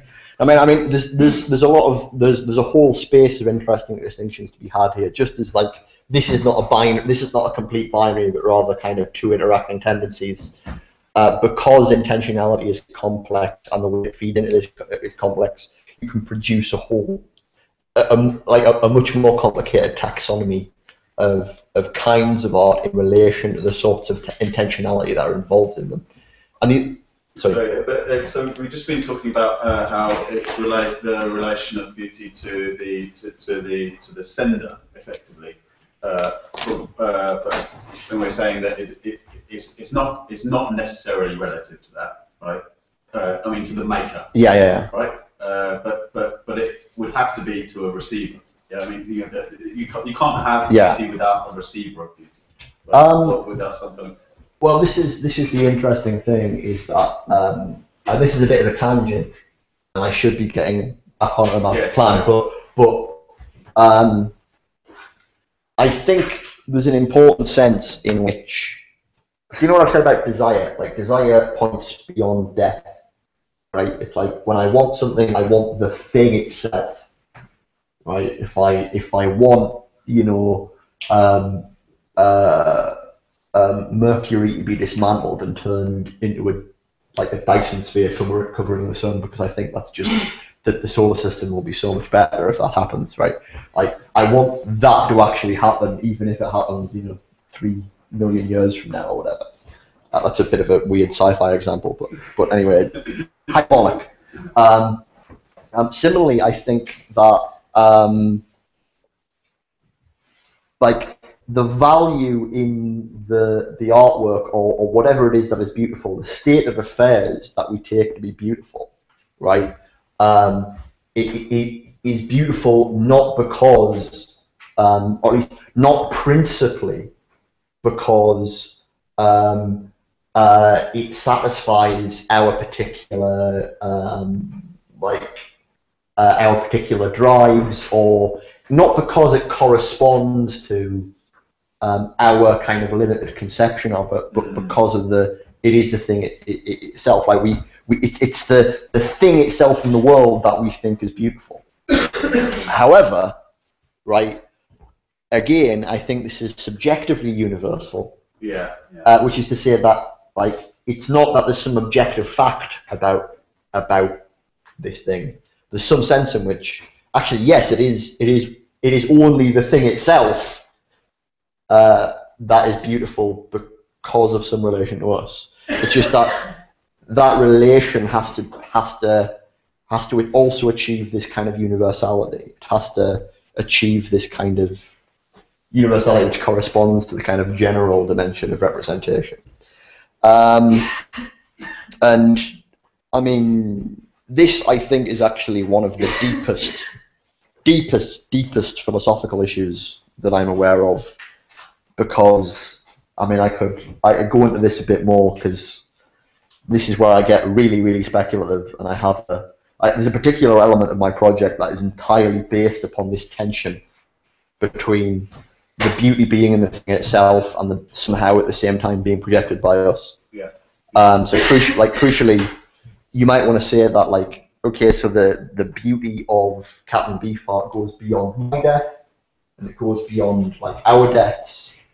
And in saying that Captain Beefheart is beautiful, I'm saying, you know, that's a kind of monument that continues historically beyond our deaths. But does that beauty continue beyond the extinction of all life in the universe? Like, does it go beyond the death of rationality itself, the very capacity to recognize it? And I think the answer to that is no. But in a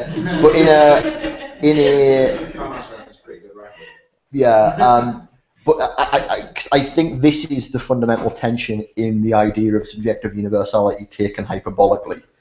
And what I think this actually does is, and again, this is a complete tangent, but you might find it interesting, because this is where my stuff on beauty converges with Reza's stuff on like the imperative to create something better than us.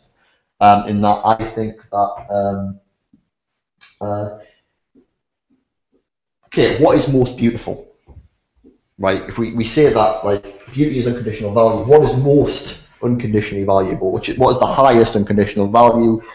I think Plato is basically right that what is most beautiful is beauty itself. The difference is that for Plato, this meant that the idea of beauty was the most beautiful, and the idea of beauty was an archetype. It was like a thing. It was like the perfectly beautiful thing, right? And I think that's wrong. Right? I don't think the idea of beauty is an archetype. I think it's an ideal, which is different. It's a value. It's something about how we should act, right? But does that mean it's impossible? Well, rather what it means is, okay, so this is, the way I interpret it is, rather than saying that the archetypal beautiful thing is what is most beautiful, we say it is the facticity of beauty which is most beautiful. It's the very existence of beauty in the world.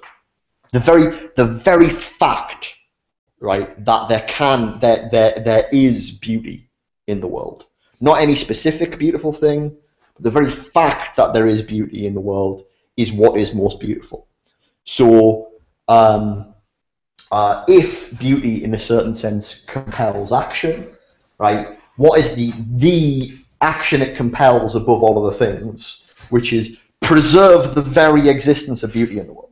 Now, if the very existence of beauty in the world is conditional upon the instantiation of reason, like the very fact that there are things that can be moved by it, things that can recognize value, then you end up with a categorical imperative, which is preserve the very instantiation of reason in the world. Like, so that's my alternative to Kant's categorical imperative is what is most good is the existence of reason, but so that the highest good is the existence of reason, even above any particular beautiful thing within the world. But the reason it is the case is that this is the condition of the possibility of the recognition of beauty in the world. So that's me at my most speculative, and you can sort of see how that converges with Reza to some extent, insofar as I think we inevitably have to think about intelligence as a whole, as a collective, right? But I'll say some more about that in a little bit. And Can I just ask a question? Yeah, go for it. So, I mean, would that mean then that there's a possibility for like a different kind of beauty from like a different kind of, like a different species, yeah, where like, especially in terms of craft? Well, a way of thinking about this is by taking it back to Matt's point about sensus communis. Like, you can imagine how like there's no reason why we are the only things that have the ability to recognize value in the world. You know, artificial, like, intelligence is multiply instantiatable. It might have emerged and evolved at various different points in the universe, and their faculties and drives and desires and their whole forms of life can be quite radically different from ours. And that means, in a certain important sense, different sensus communis. We don't have sensus communis with them. And this is where kind of like, and again, this is the really speculative stuff where you have to think, well, what would it be for us to kind of actually engage with them properly? And in a certain sense, it would be about developing sensus communis. It would be about developing some kind of community which is capable of recognizing joint value. Is that similar to the ability for a group of people or to construct shared fantasies? Yeah, I mean, it's not just like fantasy is just one species of ways of constructing communal modes of valuation. So like if you take the kind of radical alien idea and you scale it down, and you say, look, culture evolved at various different points on the planet, completely isolated from each other, and so you in a certain sense have distinct sensus communis, right? Yeah, we have certain kind of important biological things in common, and often we have cultural things in common because our cultures come from like common roots. So there's various different levels of commonality, but there's also important divergences, and this makes sense of there being completely different sort of artistic and craft traditions. So then, would you then have to distinguish between a sort of cultural valuation of beauty and then beauty as a sort of like, I don't know, some sort of transcendental that's real? Like, for instance, the square and the circle. Like, why is it impossible to fit the square and the circle? Because of the transcendental, the ratio of the circle being pi, right? Yeah. Like the formal nature of that, makes it real, but we still can't fit the circle and the square. Like there's something beautiful about that example, right? Yeah. In its very formal nature. Well, the point I'd give which is distinct from the cultural sort of fantasy or even mysticism of beauty, or you know what I mean? I know, absolutely. Well, the point is like when I say I've got this kind of like categorical imperative about like the existence of beauty as such, right? That is completely formal in a crucial sense. In fact, when I had that opposition between value and quality, that's value completely abstracted from all quality. It doesn't say anything about what is or is not beautiful, right? There's no kind of element of that which tells you what any beautiful should be. There's no content. The kind of specific cultural practices, right? The cultures and the modes of life that provide the content,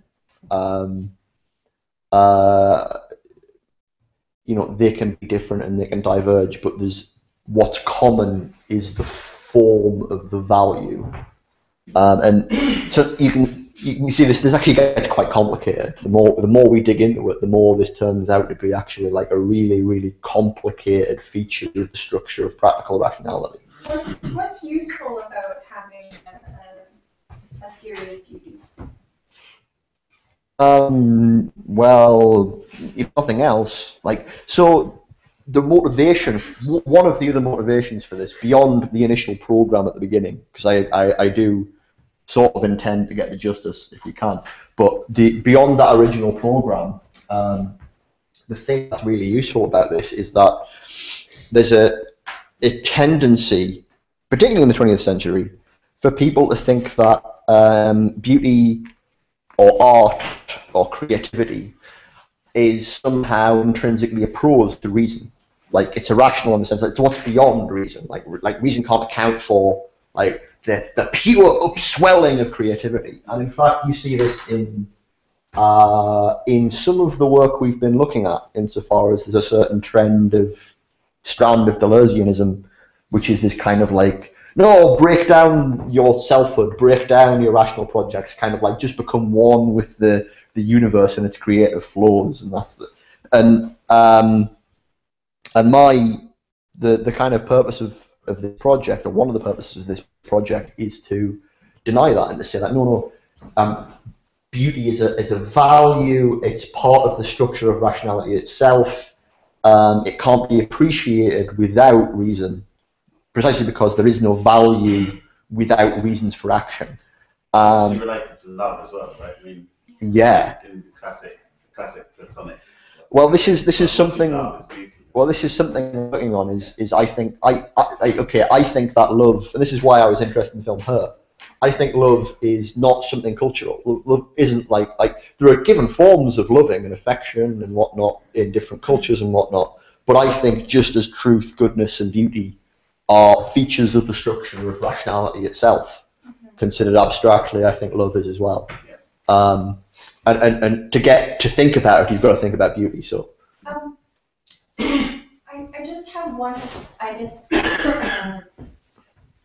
one of my major concerns with we discussed last night, you mentioned something to Reza about, which you just sort of somewhat disagree on this, but you mentioned last night something about Hegel's distinction of beauty as human form.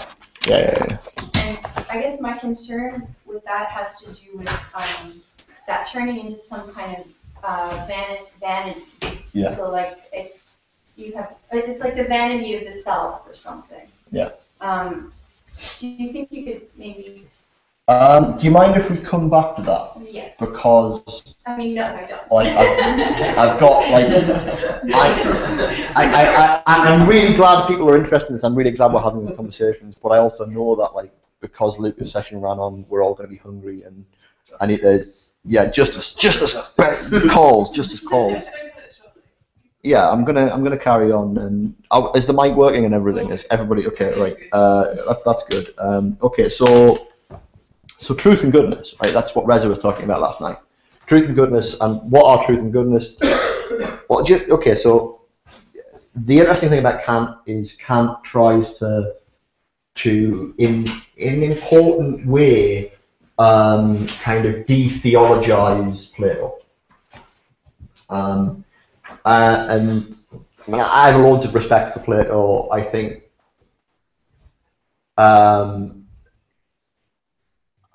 he gets a bad rap in a lot of cases, but here I'm just going to go with a certain standard of criticism of Plato, which is that the idea of the good in Plato is the archetype, or not exactly the archetype of goodness, but at least, for instance, the idea of justice is the archetypal state. It gives you content, not just form. It gives you the map of the perfect state. And so in a certain sense, it gives you this kind of like natural conception of the ought, in precisely the sort of thing that Reza was saying we should reject. It kind of gives you this natural way in which we should be and act, which isn't related to us. It doesn't come from us as autonomous agents. And in Kant, you know, in trying to think through autonomy, he had to be able to think truth and goodness as not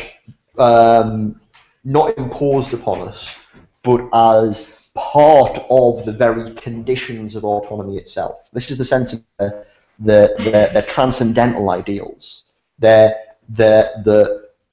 normative force comes from the very fact of being a rational agent at all. Right? You can't be a rational agent and not be, in some sense, compelled by these ideals. So what are those ideals? So let's just very briefly, I'm going to recreate the Salesian diagram because it's great. Well, it's my diagram really, so I'm just kind of like blowing my trumpet here. But I do get the basic idea from science. Seeing it, perception, inference, action, and creating. And you've got this kind of like back and forth self-consciousness in the middle. Now, what I said in my last talk is that this like inference bit is actually a lot more complicated than it initially appears in the diagram. It's more complicated because there's a distinction between theoretical and practical commitments.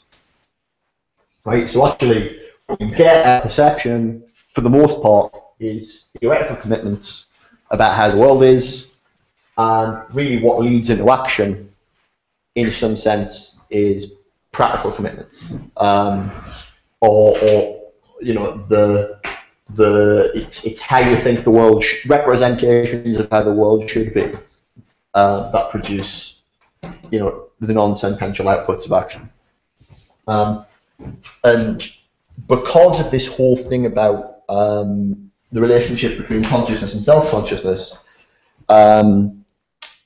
one of the things I was trying to stress is that although we need to be kind of like unified in our conceptions, our representation of the way the world is and the way the world should be, right? Although we need to be able to integrate our commitments, that integration doesn't necessarily need to take the form of having an actual representation of all of the sentences one takes to be true and all the sentences one thinks should be true within your brain, right? Rather, there is there are all these complex processes of information, and storage and processing going on in us. What's important is that we can integrate them on the fly.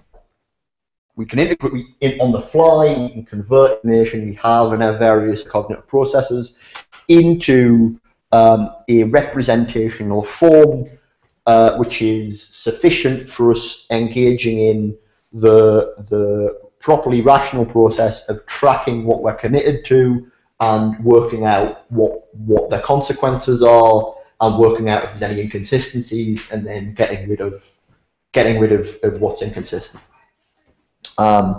So the way I've kind of just to put this as a weird diagram thing is that the kind of set of everything that we take to be true, right, is the ideal limit, right, of a process. We have this process of integration through which we take in kind of perceptual judgments and things that people tell us, so P and Q, right, and we get kind of like stuff from our kind of coping processes, and we integrate these things and revise them, and it's only in the ideal, like when you project that to the ideal, that it should be seen as a complete representation of the world. And similarly, the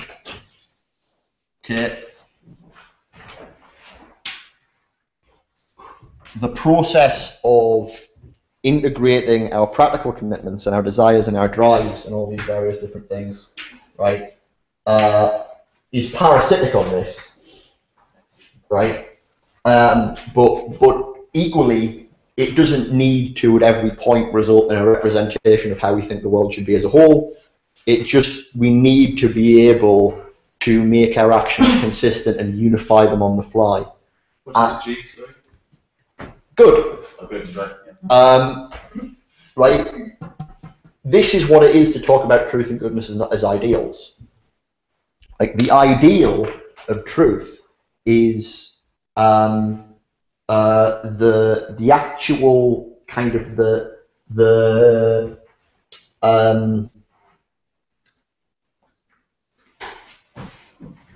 it's the commitment to a certain kind of finite procedure of integrating one's theoretical commitments and making them consistent and avoiding falsity, right?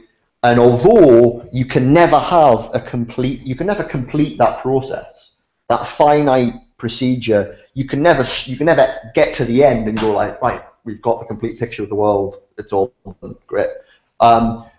You can nevertheless project that finite procedure to its limit, and that's the kind of like completed picture of the world, or the idea of a completed picture of the world that we're in a certain sense aiming towards. And the same is true for the good, but in relation to practical rather than theoretical commitments. It's a certain kind of ideal of how the world should be. And crucially, this isn't, when I talk about practical commitments, I've thrown around this word practical commitment quite a bit. The reason I use it, rather than just talking about desire, is because desire tends to mean things that are kind of unique to me. Like my desire impels me to act, but I don't think you should necessarily act upon my desires. They have normative force for me, but not for you, right? But there are things like, for instance, laws that we take to be kind of, in a certain sense, collective practical commitments that we're all bound by. And I think that, the law, or even better, right, the kind of ethical principle that you shouldn't murder other people, doesn't just constrain my behavior, I think it constrains your behavior as well. So when we talk about the good as an ideal, we're not just talking about desire, we're also talking about all of the kind of collective commitments that bind us together. And that's why it kind of connects to the ethical good as traditionally understood. Now, okay, where does beauty fit in this? There's a little bit of terminological issue here, but we can distinguish two parts of this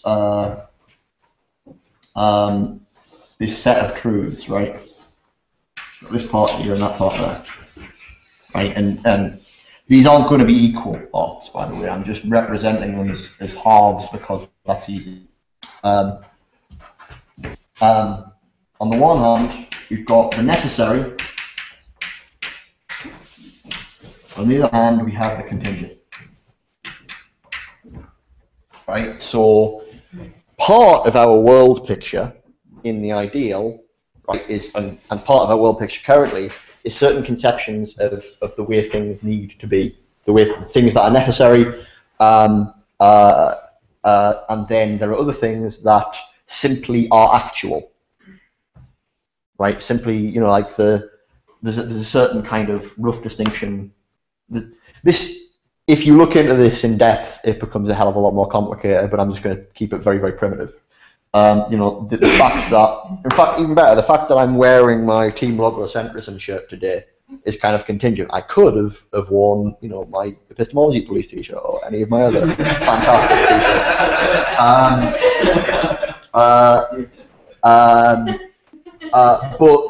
But the fact that you know, very crudely, like Pythagoras' theorem, right? You know, the square of the hypotenuse is equal to the square of the other two sides, right? That's not something which is contingent. It's not something that could have been otherwise in any important sense. It's necessary, right? And what's interesting is like this process here, this finite procedure through which we work out our commitments and we kind of like produce a consistent picture of the world. This is governed by what I called before the principle of sufficient reason. Like, we always have to find reasons for why things are the case. So, like, you can ask, well, okay, so, you know, Pete's wearing his Team Logocentrism shirt today. Well, why is he wearing it? And you can go and you can look at my room and you can find that, like, this was in a certain place and it was convenient for me to put this one on rather than that one. And you can ask, well, but why was that the case? Well, because you packed your bag in this particular way, and then why did you pack your bag in that particular way? Because, and you could trace back the causal chains for why any given actual thing is actual, and you can do it kind of indefinitely. And that sort of looks like trying to reduce the actual of a contingent to the necessary. Crucially, you never actually can do that. It's something that you in a certain sense, in order to understand the actual, we have to understand its causal antecedents, but we don't need thereby to convert the contingent into the necessary. We don't need to make this fact that I'm wearing this t-shirt into a mathematical fact.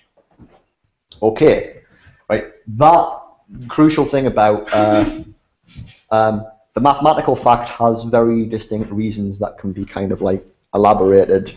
It can be proved in a certain kind of way, whereas the contingent fact can't be. Okay, goodness. Over here we have right and beauty.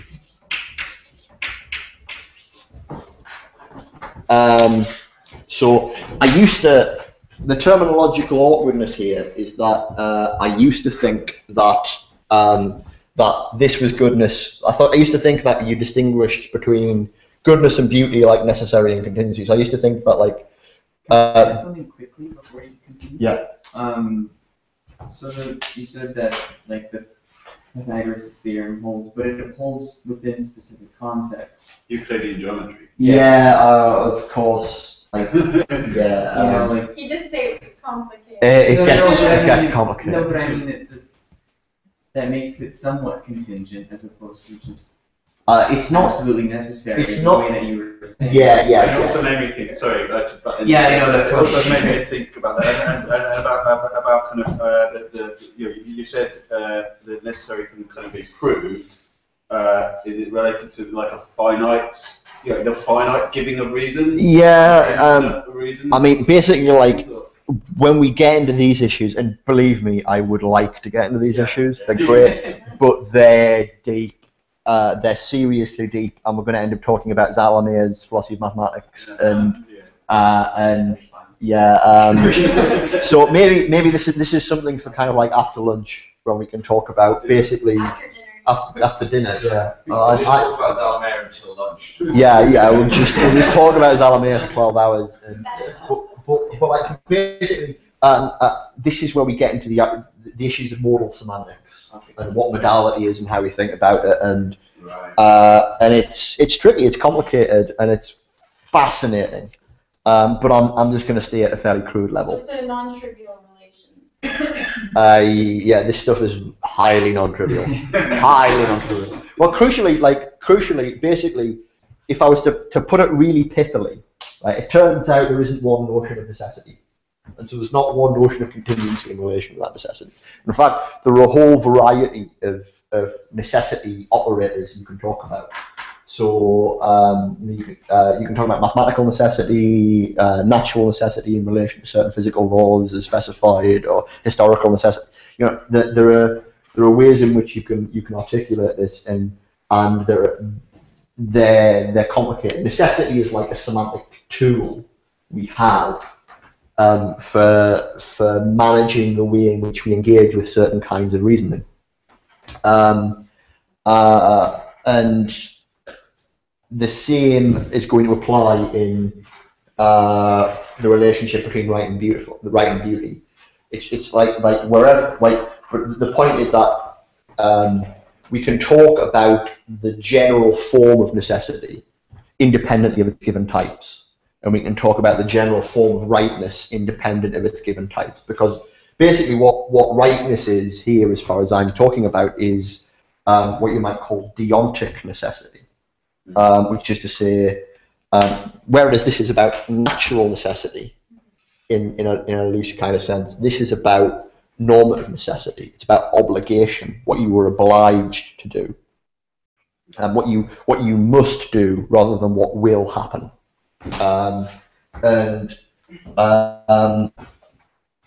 That's right. And so basically the way I explain the concept of right is that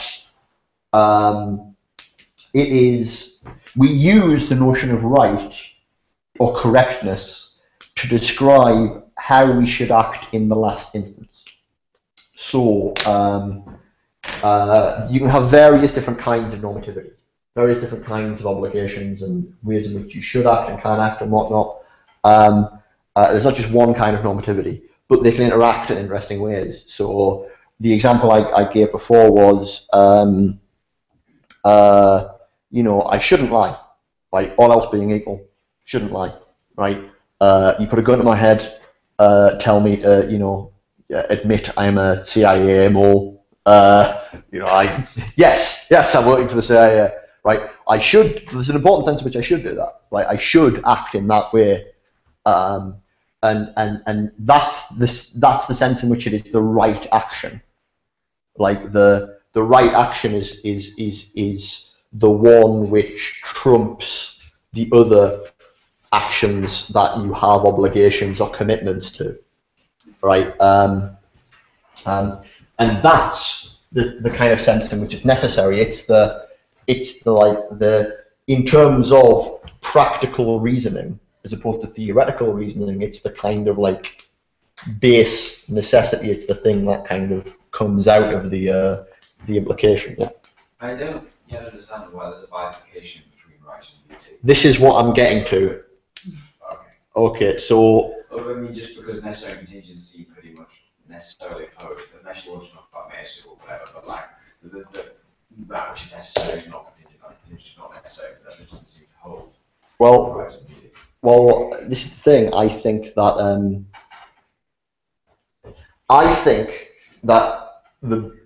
beauty is like what's beautiful has certain kinds of normative implications, right? Like I said, like the fact that this painting is more beautiful than that one says, all else being equal, we should act in a certain way in relation to it. But the question is, why is that? Why is that more beautiful than this one? Not what does it imply practically, but why? Why is it more beautiful than something else? Well, with the right, right is, you know, that for which you have worked out exactly why you should do this action rather than any of the other ones. Right? It's right is when you have collapsed the sort of space of practical commitments into, no, this is just what has to be done. Right? Beauty is like actuality. Just like with regard to actuality, like why I'm wearing this T-shirt, we can go back and ask, well, it's because of this and that's because of that, and we can trace the causal chain back, but there's no kind of like easy sort of way of finding it. I think beauty is the same kind of rational structure in the practical domain.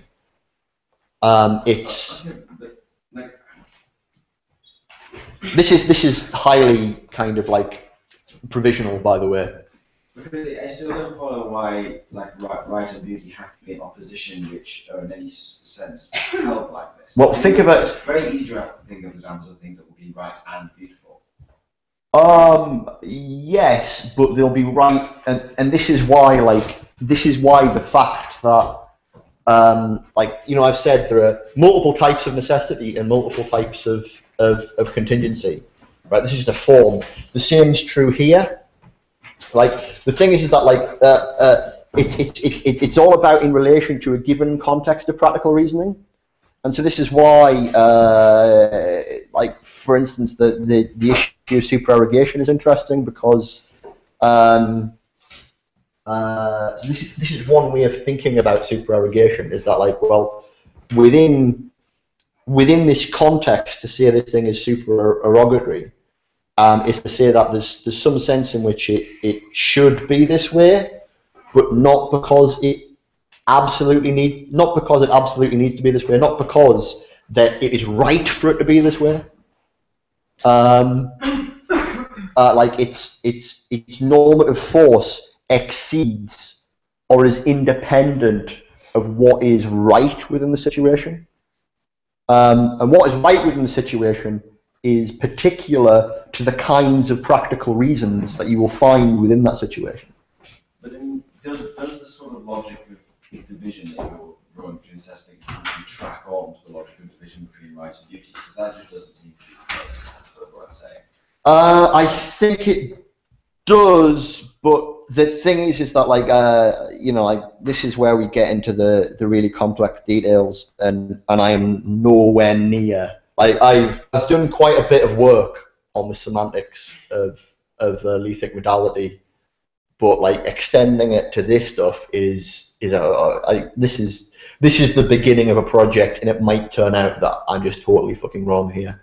But I think you can sort of see what I'm getting at in terms of trying to show how beauty is a kind of it's rational, right? But it's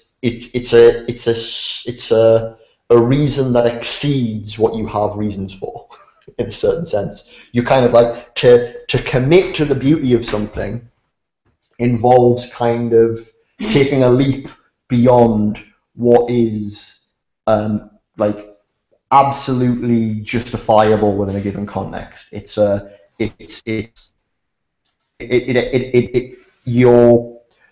making a kind of very particular kind of commitment in believing that something is beautiful as opposed to believing that something is right. Is that? Yeah, no, not in any objection to what you just said. I was thinking more that because we've been talking a little bit about you know, perturbation of fields self-construction of intelligence or whatever. Yeah. Or as Lucas said earlier, interruption as a form of interaction or something like that. And I was thinking that right would be this sort of perforation via mapping this field of goodness. Like it's a perforation of, or some perturbation rather. So it's a disruption of something that, as you're making some sort of judgment on something, and then right being the sort of the action of a perturbation of a given terrain by mapping a field of goodness onto that terrain in order to enact that, in order to enact rightness, but doing so via an understanding of the sort of relationship between necessary and the necessary reality and contingency. I think yes. But like explaining it in those terms is going to be really hard. So, like a better way, the point is that. So what's interesting about the navigational approach that Reza takes is that, okay, we're trying to put together this picture of the world. We don't have it in advance.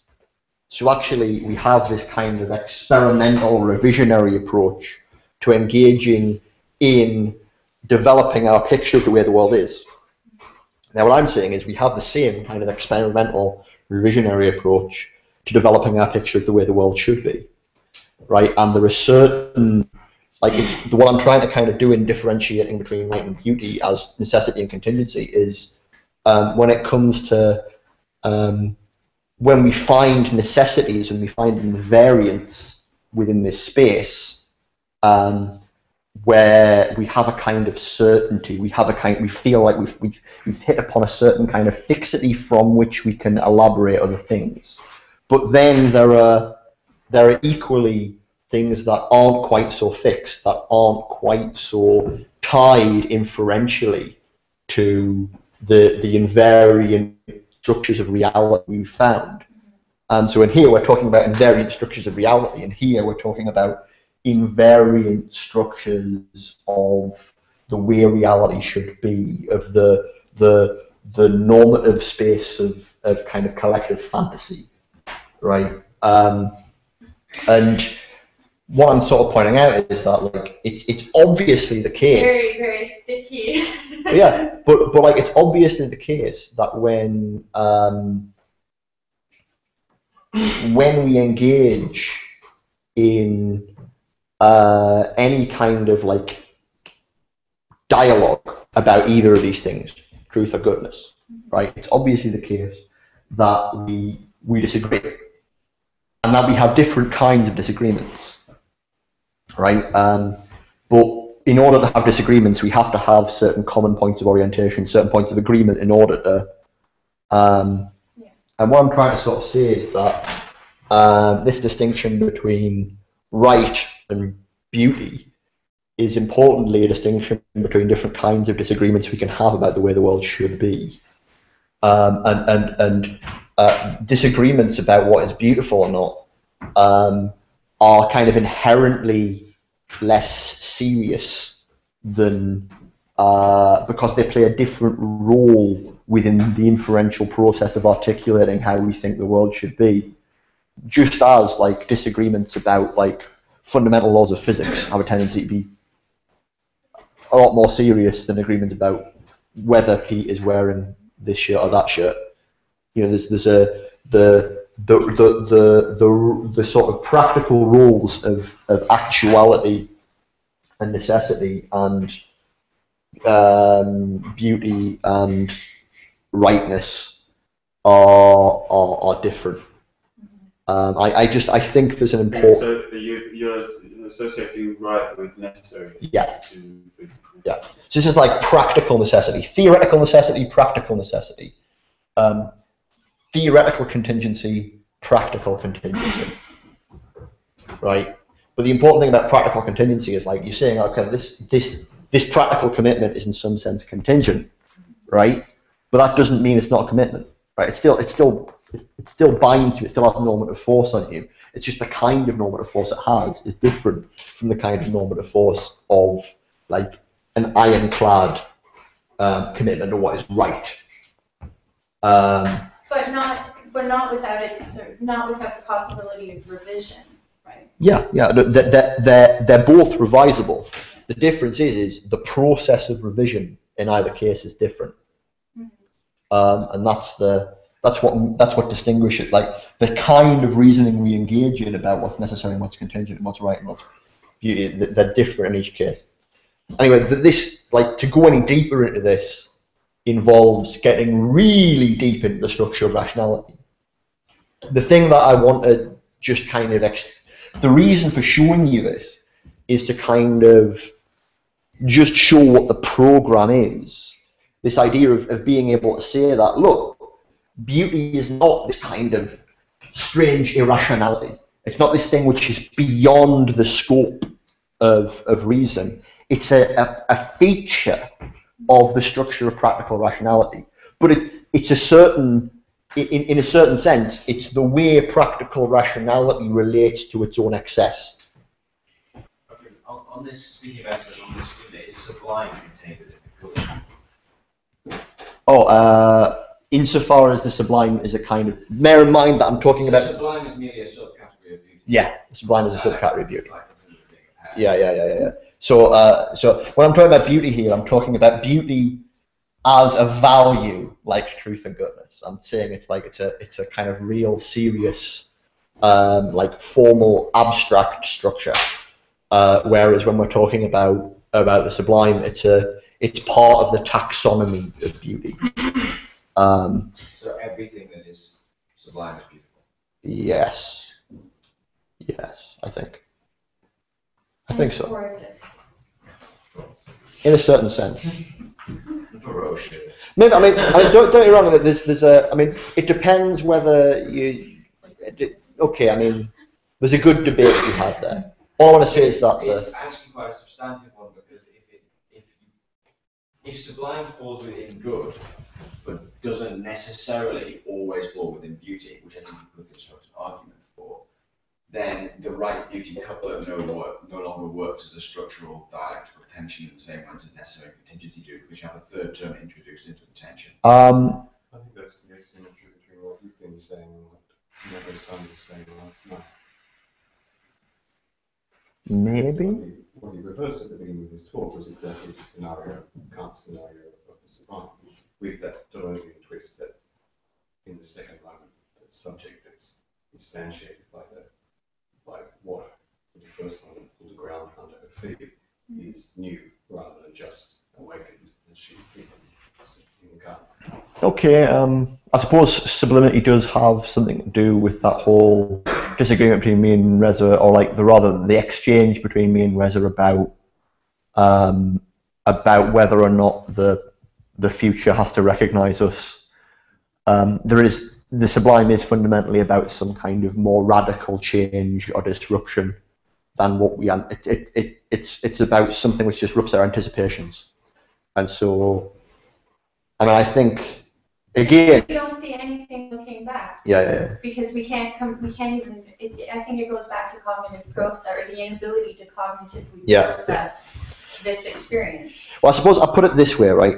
If I translate this in the Deleuzean terms I was using earlier and talk about the shock to thought rather than the sublime, then it's very obvious that the shock to thought is not always beautiful in the valuable sense I'm talking about, because the shock to thought can be that which produces irreversible schizophrenia. You know, it can be that which disrupts you and destroys. Like the disruption is not always good. However, the disruption can sometimes be bad. But this is the beauty of rationality, in that, or of the beauty of constructing intelligence, in that when you sort of have that experience of not being able to process something, if you take initiative to learn or to think, I think it's possible to actually No, it is. Get to another level of sublimity. No.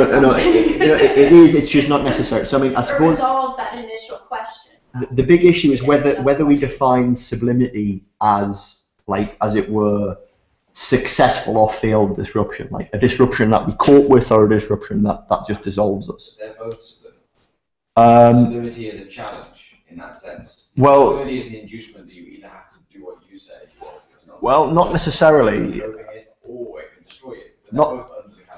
Not necessarily. I mean, at least if you go with Kant, like the sublime in Kant doesn't destroy you, right? The sublime in Kant, there's the terror, but then there's the pleasure because there is a recouping moment. There is something like that you get out of it. There is some coping with the cognitive disruption. Catastrophic schizophrenia. But that wouldn't be sublime in Kant's sense. But it would be a shock to thought in Deleuze's sense, which is why they pull apart. Yeah, it would be a traumatic experience. So, like, basically, I think we can talk about all of these things. It's a question of which terminology we end up I using. think we had a question. Oh, Yeah, I just wanted to add something to this diagram. okay. It is to me that.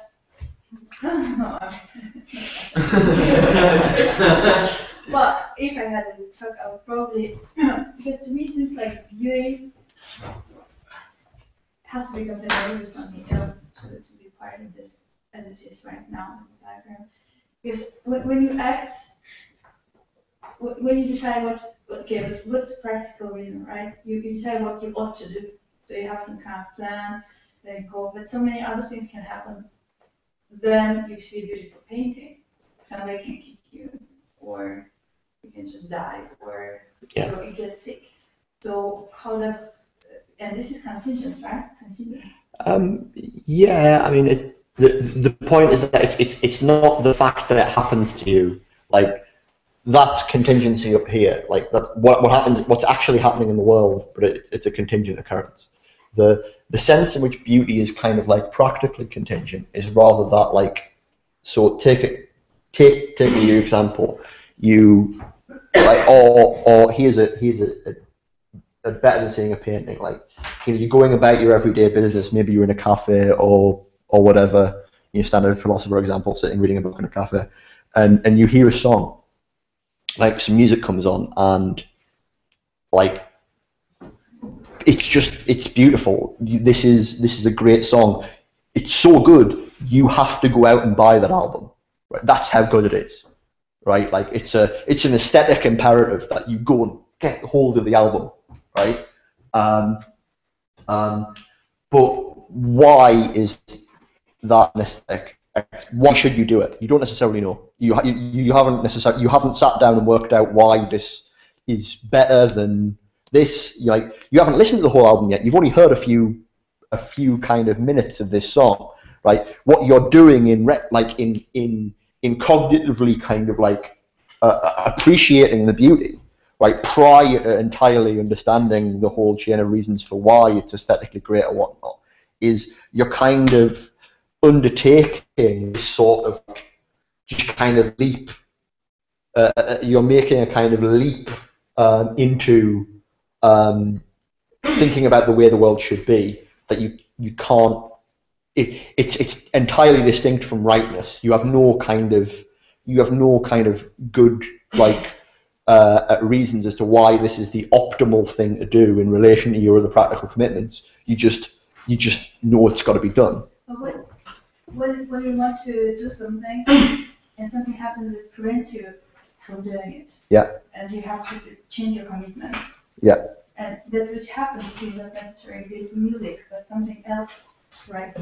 Where does it fall? Because to me, it seems like it's a contingent thing in relation to what was your commitment before, or what was. Oh, well, bear in mind, like, it's not the occurrence that is contingent in the sense of being beauty, right? Occurrences are things that happen in the world, right? And so they be part of our picture of the world, right? So if something just happens to you, you would represent it as being part of your picture of the world, and it's contingent because you have no idea why it's happened, right? If it's something that disrupts your plans for acting in the world, tough shit. It's just it doesn't directly change what you take to be of value, it changes the way in which you have to plan in order to act upon that value. But surely that's true of things in the sphere of right as well. No, yeah, that's just about the relationship between the way things are and the way things ought to be. And the sphere of right and the sphere of beauty are both in the sphere of how things ought to be. They're both in a certain sense. Because I mean, it's only continued as you realise that you have a certain practical necessary obligation in this sort of sense. Like, because I mean, it's only, say, I don't know, I'm trying to think of an example, like you work for some company and then you discover that they're like selling guns in Africa or whatever, and then you realise you have to become a whistleblower according to some ethical. But it's only continued that you ever discover the information. So but that's, again, that contingency is not the sort of deontic necessity and contingency we're talking about here is isolated from and independent of the sort of deontic necessity, and like whether or not, like, the way the world turns out to be is one thing. The way the world turns out to ought to be is another. It's you get like. For example, the t-shirt and the Pythagoras. Pythagoras' theorem is true within the frame of geometry. There's no comparable frame you can put around a t-shirt to make you have choice of true in analysis. You're absolutely right. You're absolutely right, and you'd say like the becoming a whistleblower is right within the frame of a certain kind of ethical framework, but the buying the album there's no framework exactly in which that turns up, unless you know. It's aesthetic framework. Yeah, but the aesthetic frameworks end up working basically, I think, just like so. You might want to say, like, you might have a theory about why I'm wearing this particular t-shirt because you've gone to my room. In a certain sense, that theory is a kind of framework, right, within which it's necessary that. So there's basically what this shows you is if you try and go down this line, you end up having to talk about exactly how reasoning works. And it turns out reasoning is really, really, really complicated. It's much more varied and structured and interesting. Can you discuss this in terms of the relation between the local and the global? I could, but I really need to get to justice.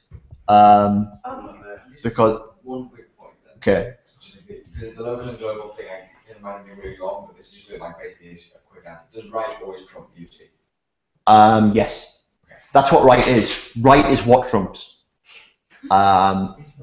But bear in mind that that's within a given that's a given kind of right within a given kind of context. So what I've been saying is like the necessity, just as a necessity operator is indexed to a given context of theoretical reasoning, a right operator is indexed to a given context of practical reasoning. But there are no theoretical number of lines of Shakespeare that would justify calling a village. Yeah.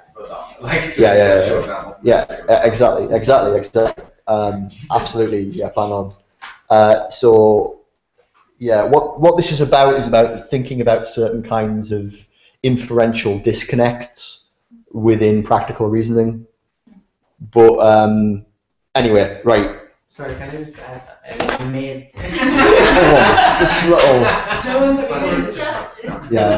we can get back and talk about more, but I know this is like what I will say before I move on to justice is I don't entirely have my head around this yet. It's just something I've been thinking about for a few years that seems to work, but in order to confirm that it works and to really work it out, there's some really, really hard work that's got to be done. What kind of work?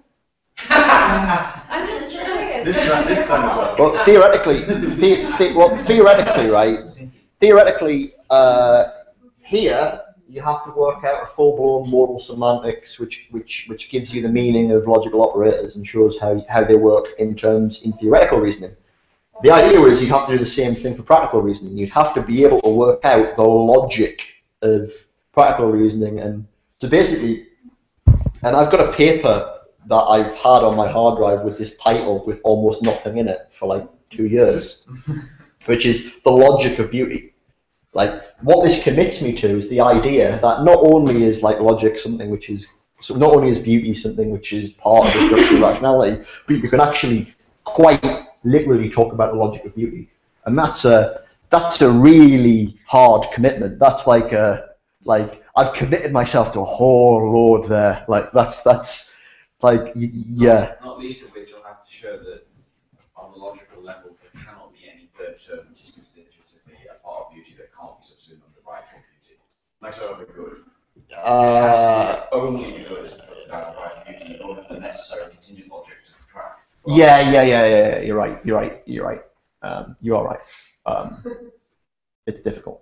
But basically the big answer to that is the fact that the issue is that just as there's not just one kind of necessity, like these are a pair, right? You always have a kind of necessity and a kind of contingency that are interdefinable in relation to one another, right? But there are many different kinds of necessity and contingency which are indexed to given theoretical reasoning contexts. The same, my basic claim is that the same is true of right and beauty. That like a kind of beauty is always specified in relation to a kind of right, and this is why supererogation is always a kind of like there's the right way to do things in making pizza, right? There's the right way to do things in making pizza, but then there's the beautiful way of doing things, which exceeds the. Which will be right. It'll still be right. It'll still be right. Yeah, exactly. It's not like the beautiful way of doing things isn't wrong. Yes, of course. Right. The beautiful way of doing things isn't wrong. Because the contingent things of doing things isn't necessary. The logic doesn't track. What? Oh,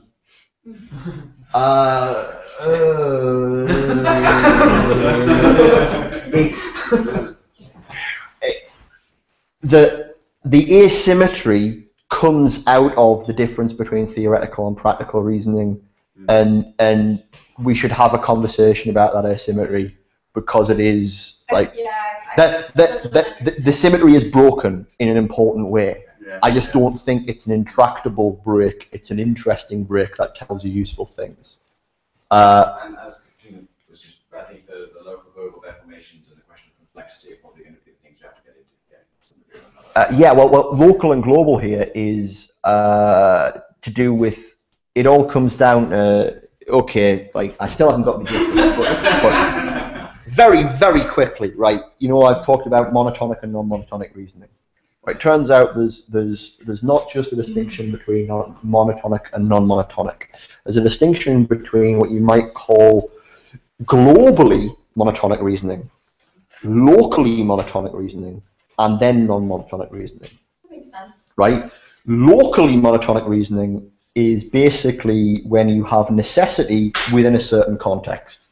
Right? You can say, well, like, look, it's just necessary that Q follows P within this context, because within that context we can just assume that none of the defeasors that might affect that inference hold, right? And would you still distinguish, and then you distinguish from there the theoretical and practical reasoning? Well, the thing is, there's then this distinction between globally monotonic practical reason, locally monotonic practical reason, and non-monotonic practical reason, right? Who is making these distinctions? Me. Okay. Basically, I could point you at certain things, but they're kind of my terms. Is the non-monotonic reasoning in the realm of truth? Yeah. Well, this is where the symmetry breaks, right? The symmetry breaks because non-monotonicity functions differently in theoretical and practical contexts. There's a certain sense in which it's like the opposite direction that things happen in. So like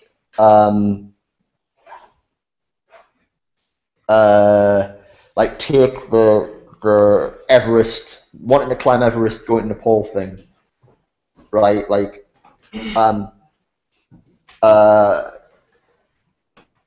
that seems to be a monotonic inference, right? My understanding of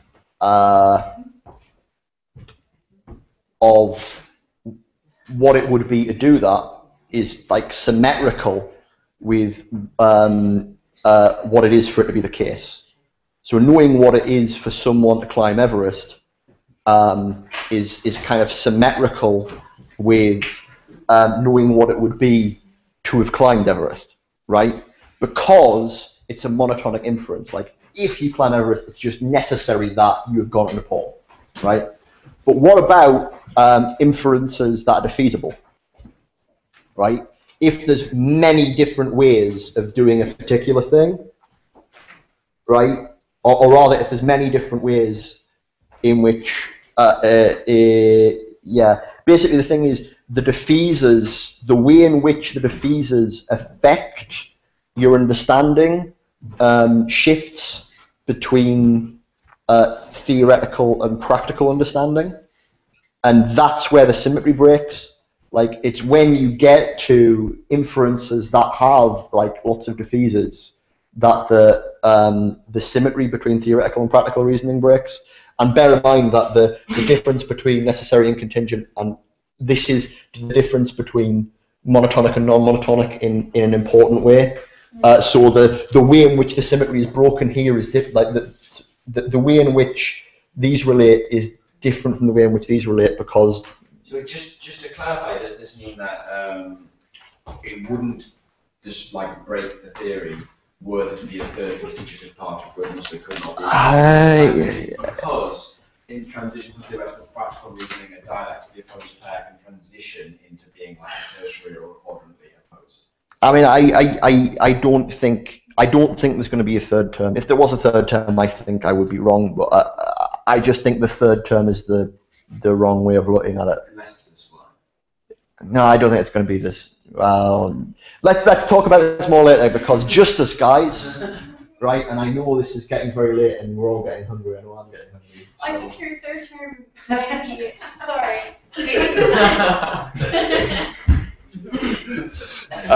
Maybe not a third term, but the abstraction of time, actually.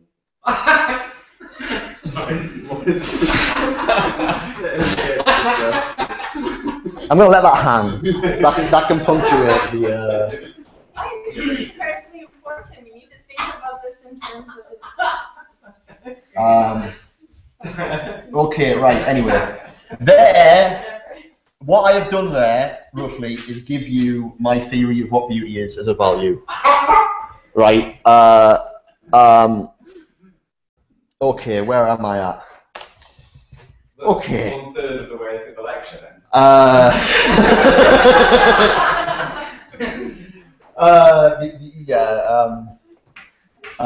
Buckle up, guys. Just You're wearing the wrong t-shirt. Okay, now the other, like, we're that far down the page, right? And we've just got this bit and the other side to do. So there's like we are very close to the end. Yeah, just that. This is the only thing. So okay, right. Could I have some water as well, please? Yeah. Right. Justice. Right.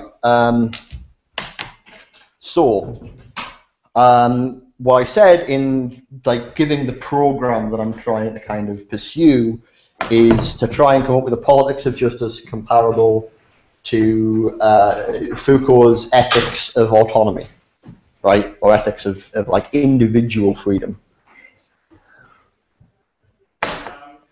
And the link that enables me to do that is this idea of composing a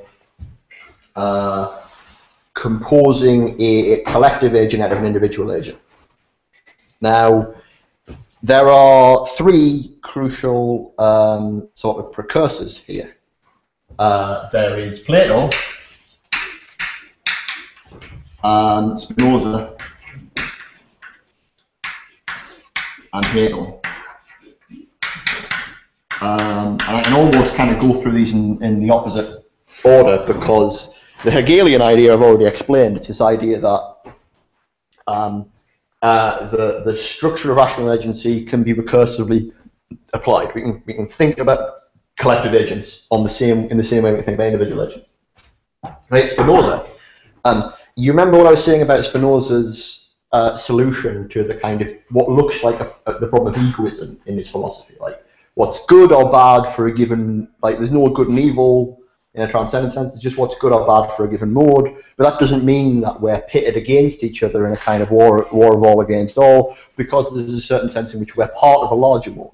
So Spinoza has this mereological conception of normativity, and I think basically what I'm endorsing is also a mereological conception of normativity. The difference is that, as I said, the problem with Spinoza is he doesn't have this qualitative distinction between rational agents and non-rational agents, which is what Kant provides and Hegel scales up.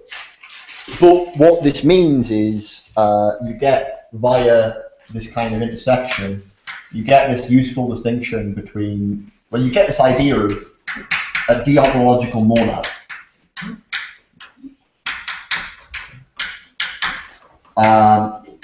And that's basically, right, okay, so, like, you can make rational agents out of rational agents, and then you could take those second-level rational agents, and you could make third-level rational agents out, you can go up and up and up. You can compose as much as you like, but you do bottom out when you get down to the bottom. Like, there are rational agents that are not composed with rational agents, right?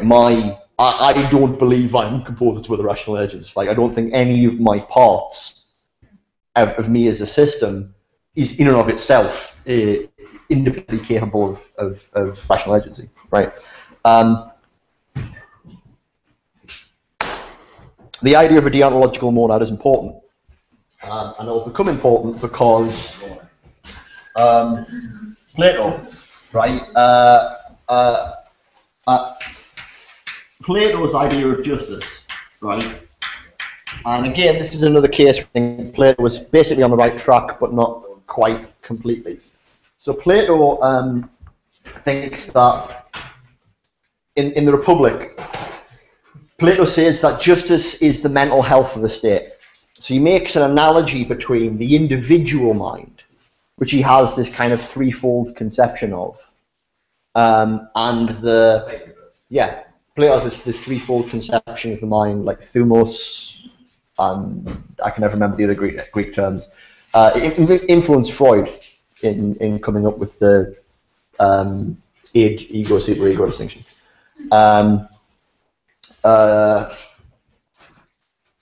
Yes.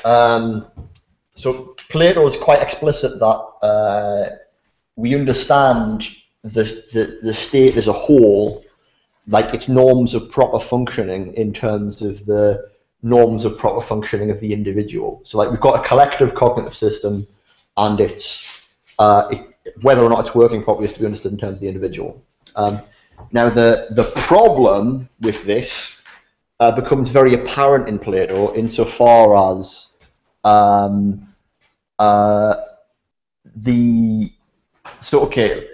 basically the problem is very adequately represented by the role of myth in the Platonic Republic.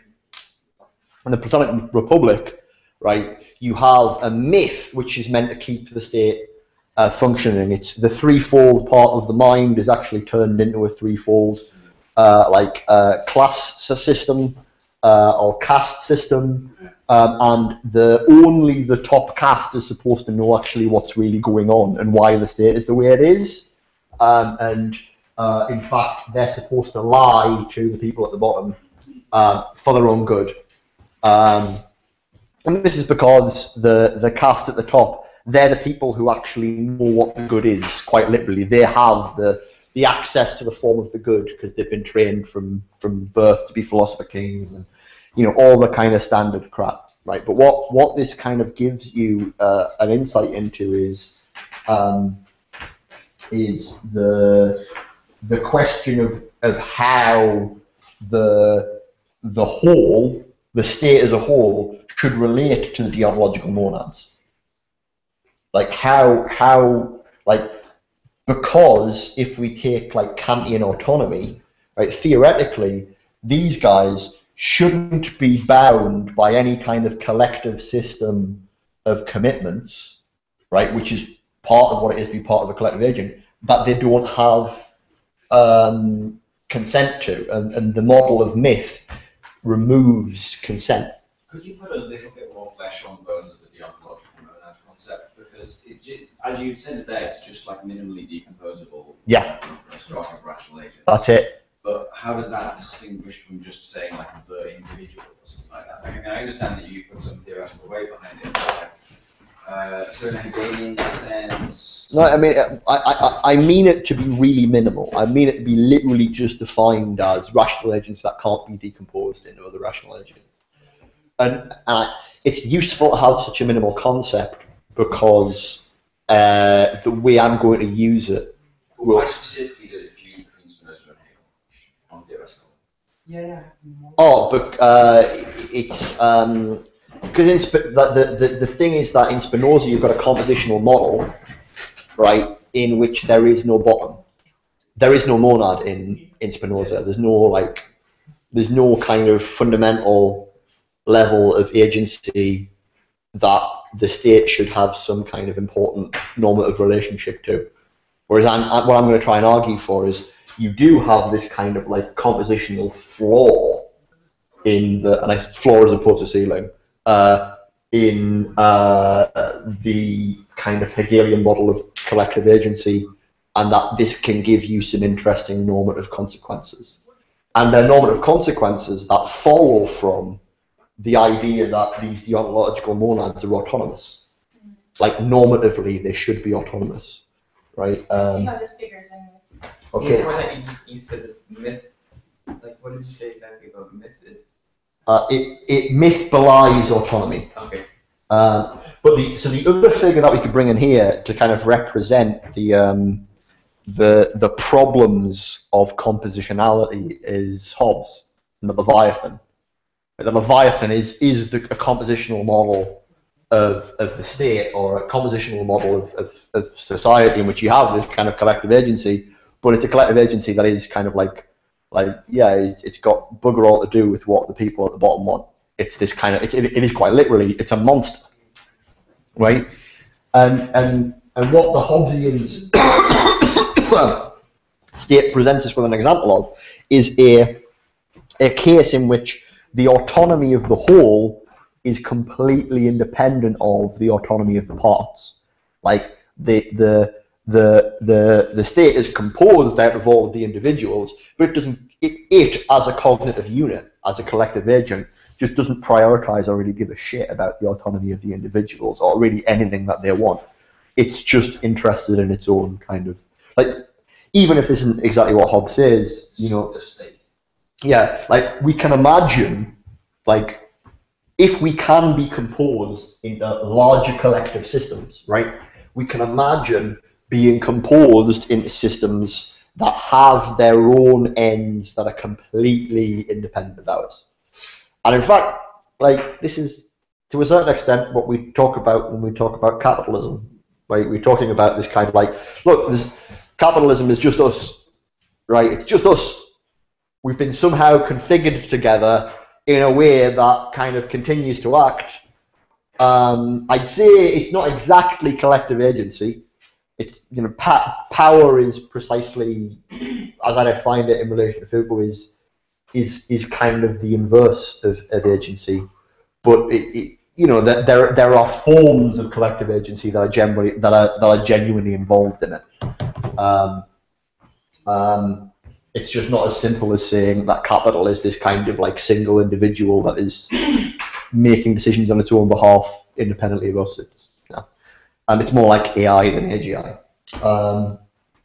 But the crucial thing is, through this Platonic and Hobbesian problem, we're confronted with this idea of how do we work out the relationship between the autonomy of the parts and the autonomy of the whole.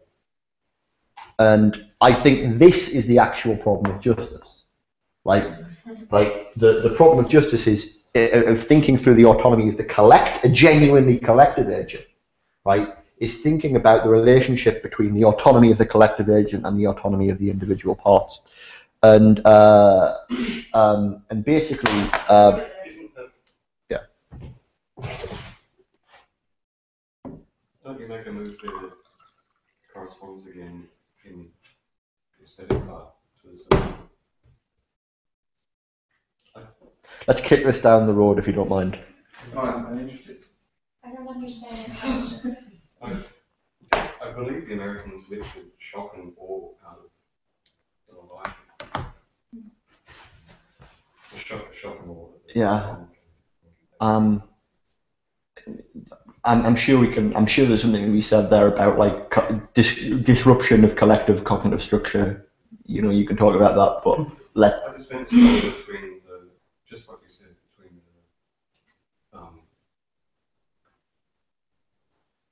the autonomy of the parts and the whole. Thanks. Yeah. And the problem between autonomy and the parts. Right, I think. Justice being a problem. Yeah. Okay. I mean, I think there's something there, but I want to power through and get to the. Because I'm getting hungry. And I know I've taken far longer than I'd intended. So okay, like what we end up with is right. What we end up with is a distinction between what I'll call integrative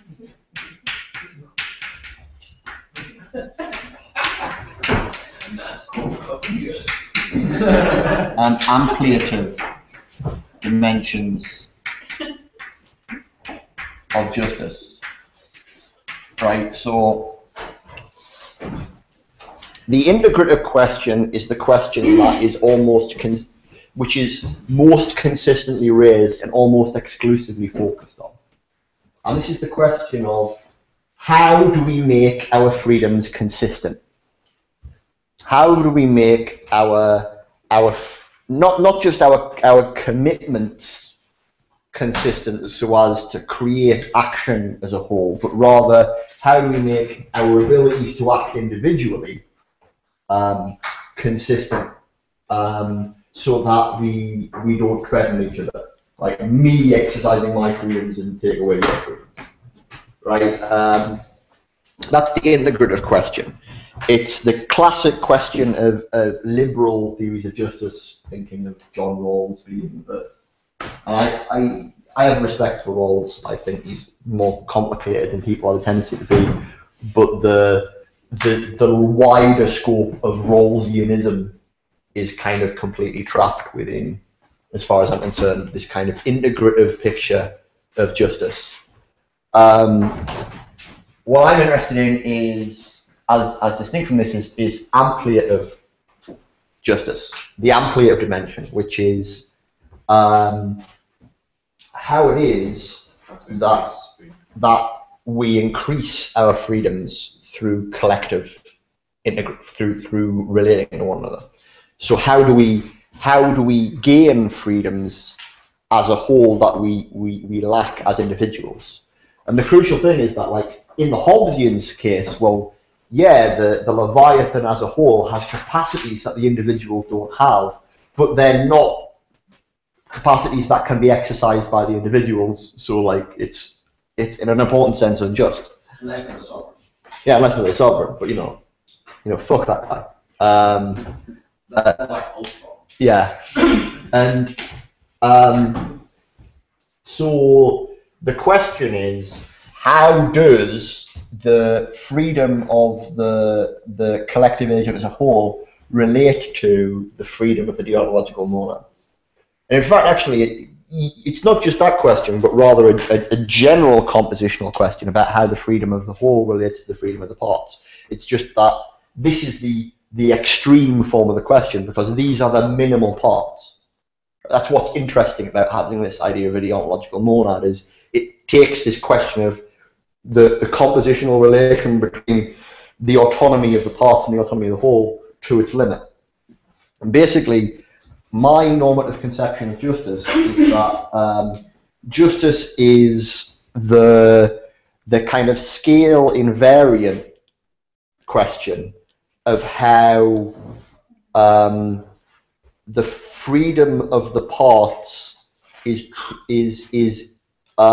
traded off through the freedoms of the whole, which at its limit is the relationship between the state and the monads, the citizens, right? So put that in a different way, right? Basically, I think that we can give up freedoms, we can give up capacities, things to do, as a condition of constituting larger regions. Like, in becoming involved in the larger region, like we lose certain capacities, we lose certain choices, right? But through doing that, we also gain the freedoms that we otherwise wouldn't have, right? So the question of justice is how we trade off freedoms, right, via the structure of the whole, via the design of an overarching social structure that we're part of. Wouldn't it have to do with how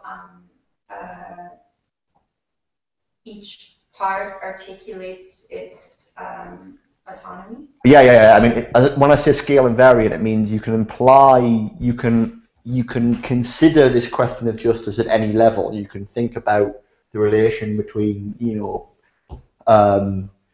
various different sovereign states and like the overarching political structure of which they're like. You can talk about the different sovereign states in the EU and then the EU, but then you can talk about like Bavarian states in Germany, and you can talk about little municipalities, and it's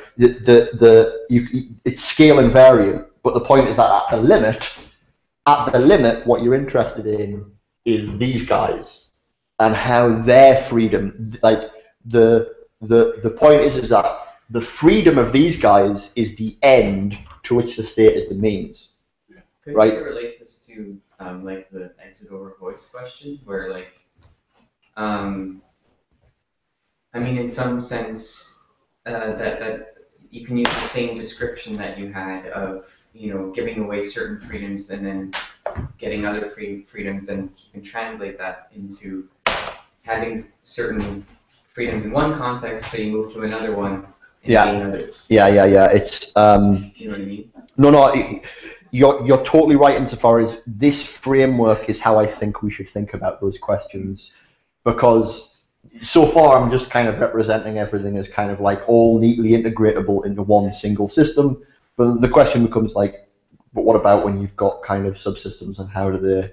Yeah. But I think this is how we have to end up thinking about those divergences. But you think about the divergences in terms of the ideal of convergence. I think this is where I end up having huge disagreements with Land, insofar as like when people talk about things like dynamic geography, they present dynamic geography initially as if it's like a normative ideal for everyone, but really all they want out of it is their own little enclave, and they don't care what happens to anyone. So like there's this kind of consistent internal contradiction in the very demand for exit has a kind of inconsistency, because it presents itself as a universal and it's actually not.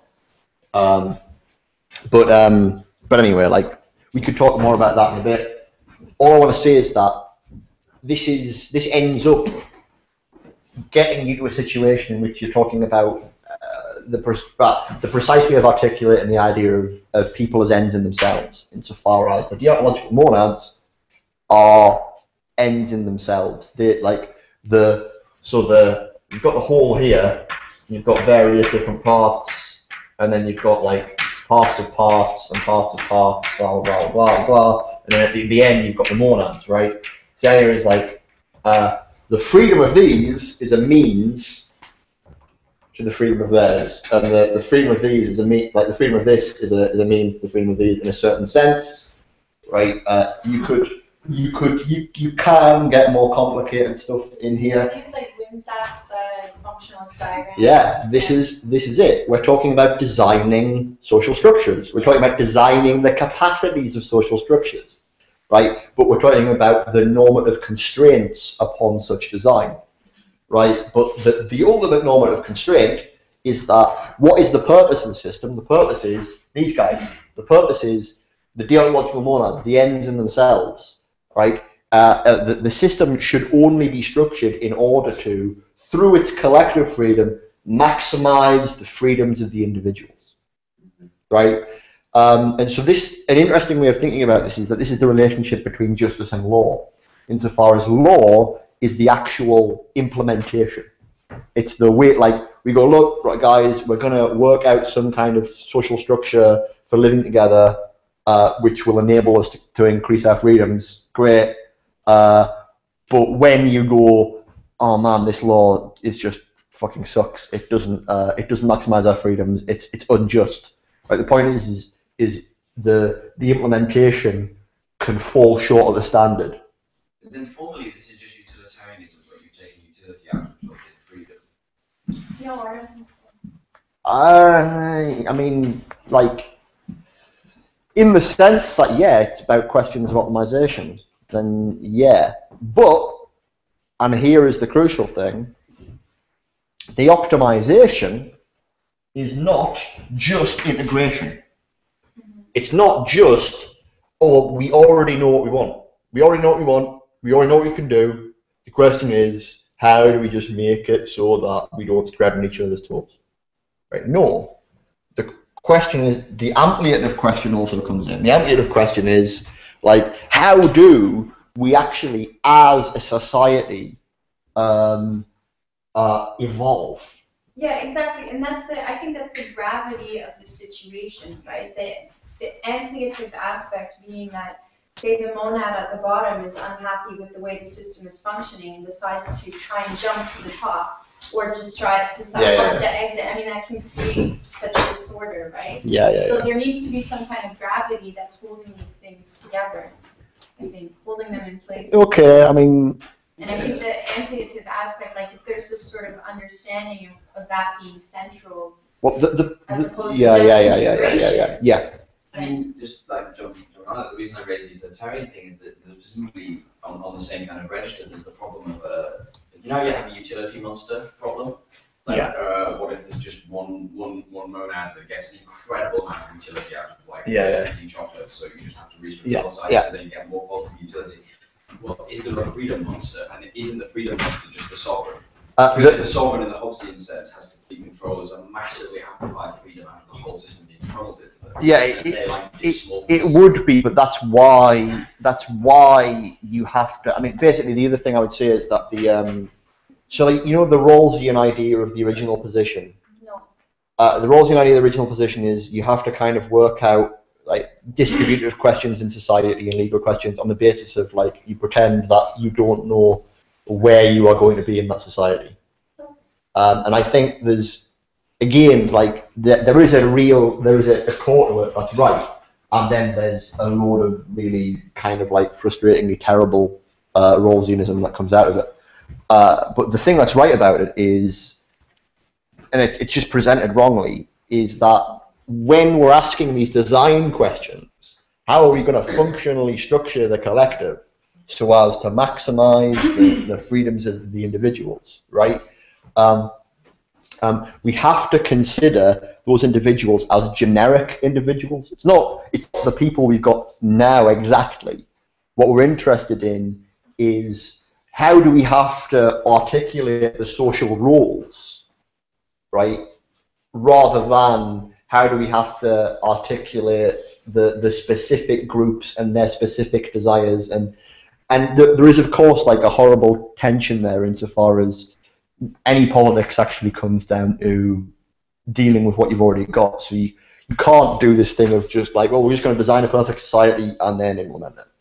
But, like, there's an important sense in which the ideal of design involves genericity.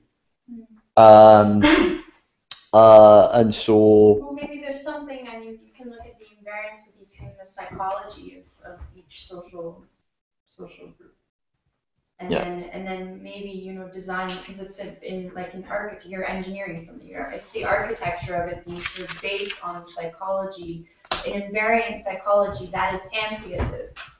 Okay. Yeah. Okay. Or like an understanding of that psychology and how it functions in such a way that you can amplify it. Yeah. No, I can. Yeah. Okay. Nearly there. Right at the end.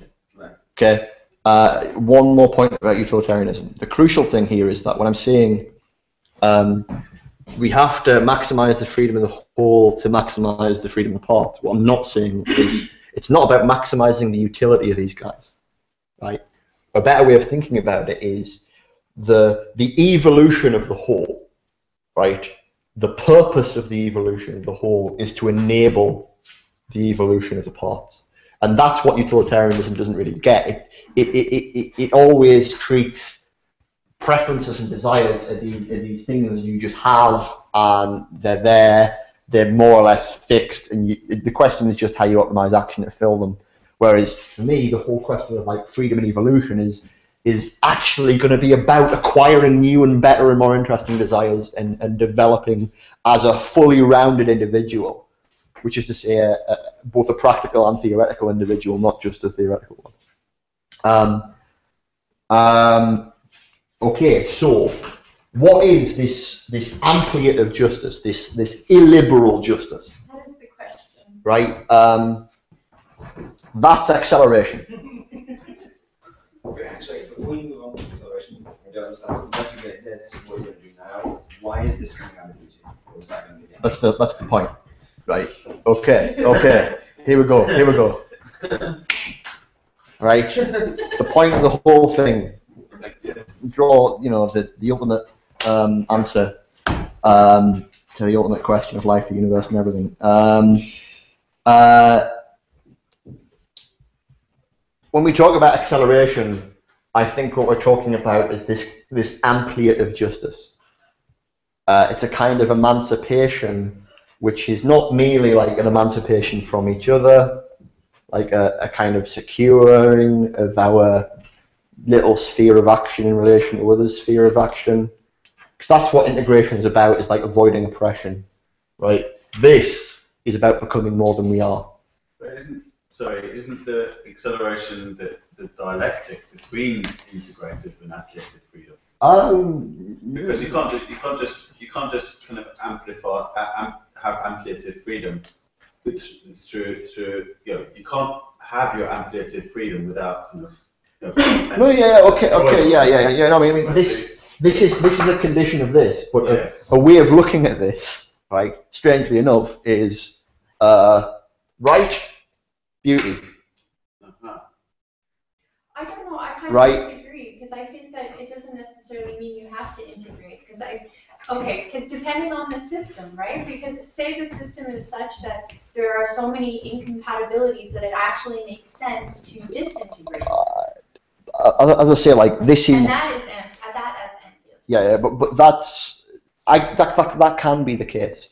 This is just ideals as applied to a system. Like this is ideals governing a particular collective agent. If you can't have a collective agent at that scale, if you can't have a good functioning one, then get rid of it and have ones where you can actually implement these ideals. But basically, okay, so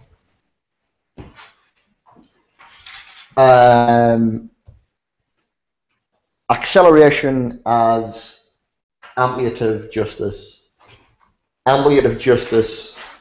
as not merely the integrative dimension of law in the sense of trying to work out a collective system of right, but as beauty, as the attempt to work out, and crucially, so this is the idea of constructing ourselves together as a collective agent that is a work of art. And what did I call the work of art and beauty? It's fundamentally about the enhancement of freedom. We end up with this kind of wonderful convergence. And so here's a way of thinking about what acceleration is as ampliative justice. Here's a kind of an attempt at definition. This would be the qualitative enhancement of means for action in relation to the development of new ends for action. You read that on the board? Maybe. Or say it again slowly. Or say it again slowly. Okay, it's the qualitative enhancement of our means for action in relation to the development of new ends for action. And those new ends this is where I get kind of really specific about my opposition to Land and his teleoplexic conception of the social, insofar as Land and his conception of capital as AI would be entirely, or at least his conception of the positive feedback loop is a quantitative one, right? It's just an accumulation of more means, but those means don't have to do anything new. They're just more and more means for doing the same thing, because the capital as this system of accumulation of means is constitutively blind to its ends. It's constitutively blind to what is produced. Whereas what I'm describing is a process which is, again, a kind of positive feedback loop, but it's a qualitative enhancement, and the qualitative enhancement comes from the gaining of new means to do new things, because you are aiming to, you're engaged in this process of revising your desires, revising what you want, revising your practical commitment, and constantly projecting the sphere of action, the sphere of freedom outwards. And the process of pursuing that greater horizon of freedom, that is beauty. That is the commitment to beauty. That is art, be it as a particular social process of craft or high art, or art as self-construction in the Foucauldian sense, or art as justice in this ampliative sense. This making the state a work of art, right? This is the kind of the limit ideal of beauty as a kind of collective attractor. Why in the previous schema is it beauty and not right? I don't follow. Because right is always about the ends you've got. Right is always about working out what has to be done in relation to what you already know needs to be done. The thing about beauty as opposed to right is that it's about these ends you didn't even know you wanted. This is the thing, these ends in themselves, they're not about means to other particular things, or even concrete desires that are already entirely worked out. It's the process of the discovery of desire, right? Or put it in the Foucauldian terms, the experimentation with pleasure. Yeah. And this is the experimentation with pleasure on the collective social scale. Ampliative justice, acceleration, is this kind of like Foucauldian experimentation with pleasure expanded to its social political dimension, right? And this is what I think is for me, this is the completion of the Foucauldian project. This is Foucauldian enlightenment taken to its political extreme rather than merely its An individual extreme as well. Yeah, actually, I think they do come together insofar as the whole purpose of it. At the end of the day, what is the end in itself? The end in itself is the evolution of these deontological monads, and what is that? That is Foucault's process of self-construction. Yeah. Right? It's fundamentally tied together. And so that's my take on accelerationism as a particular approach to justice. That's fucking great. Yeah.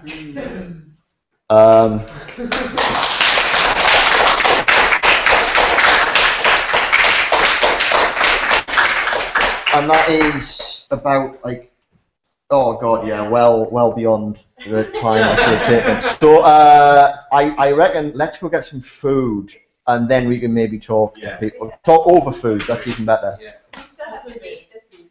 Oh God, we have to make food. So yeah, We'll put this Okay, in so the it's You better don't have than to a make coffee. the food. Yeah. We're talking for too long. and I hope everybody online enjoyed that. That's the end of my series of talks. Yeah, maybe there'll be more in the future. Bye bye.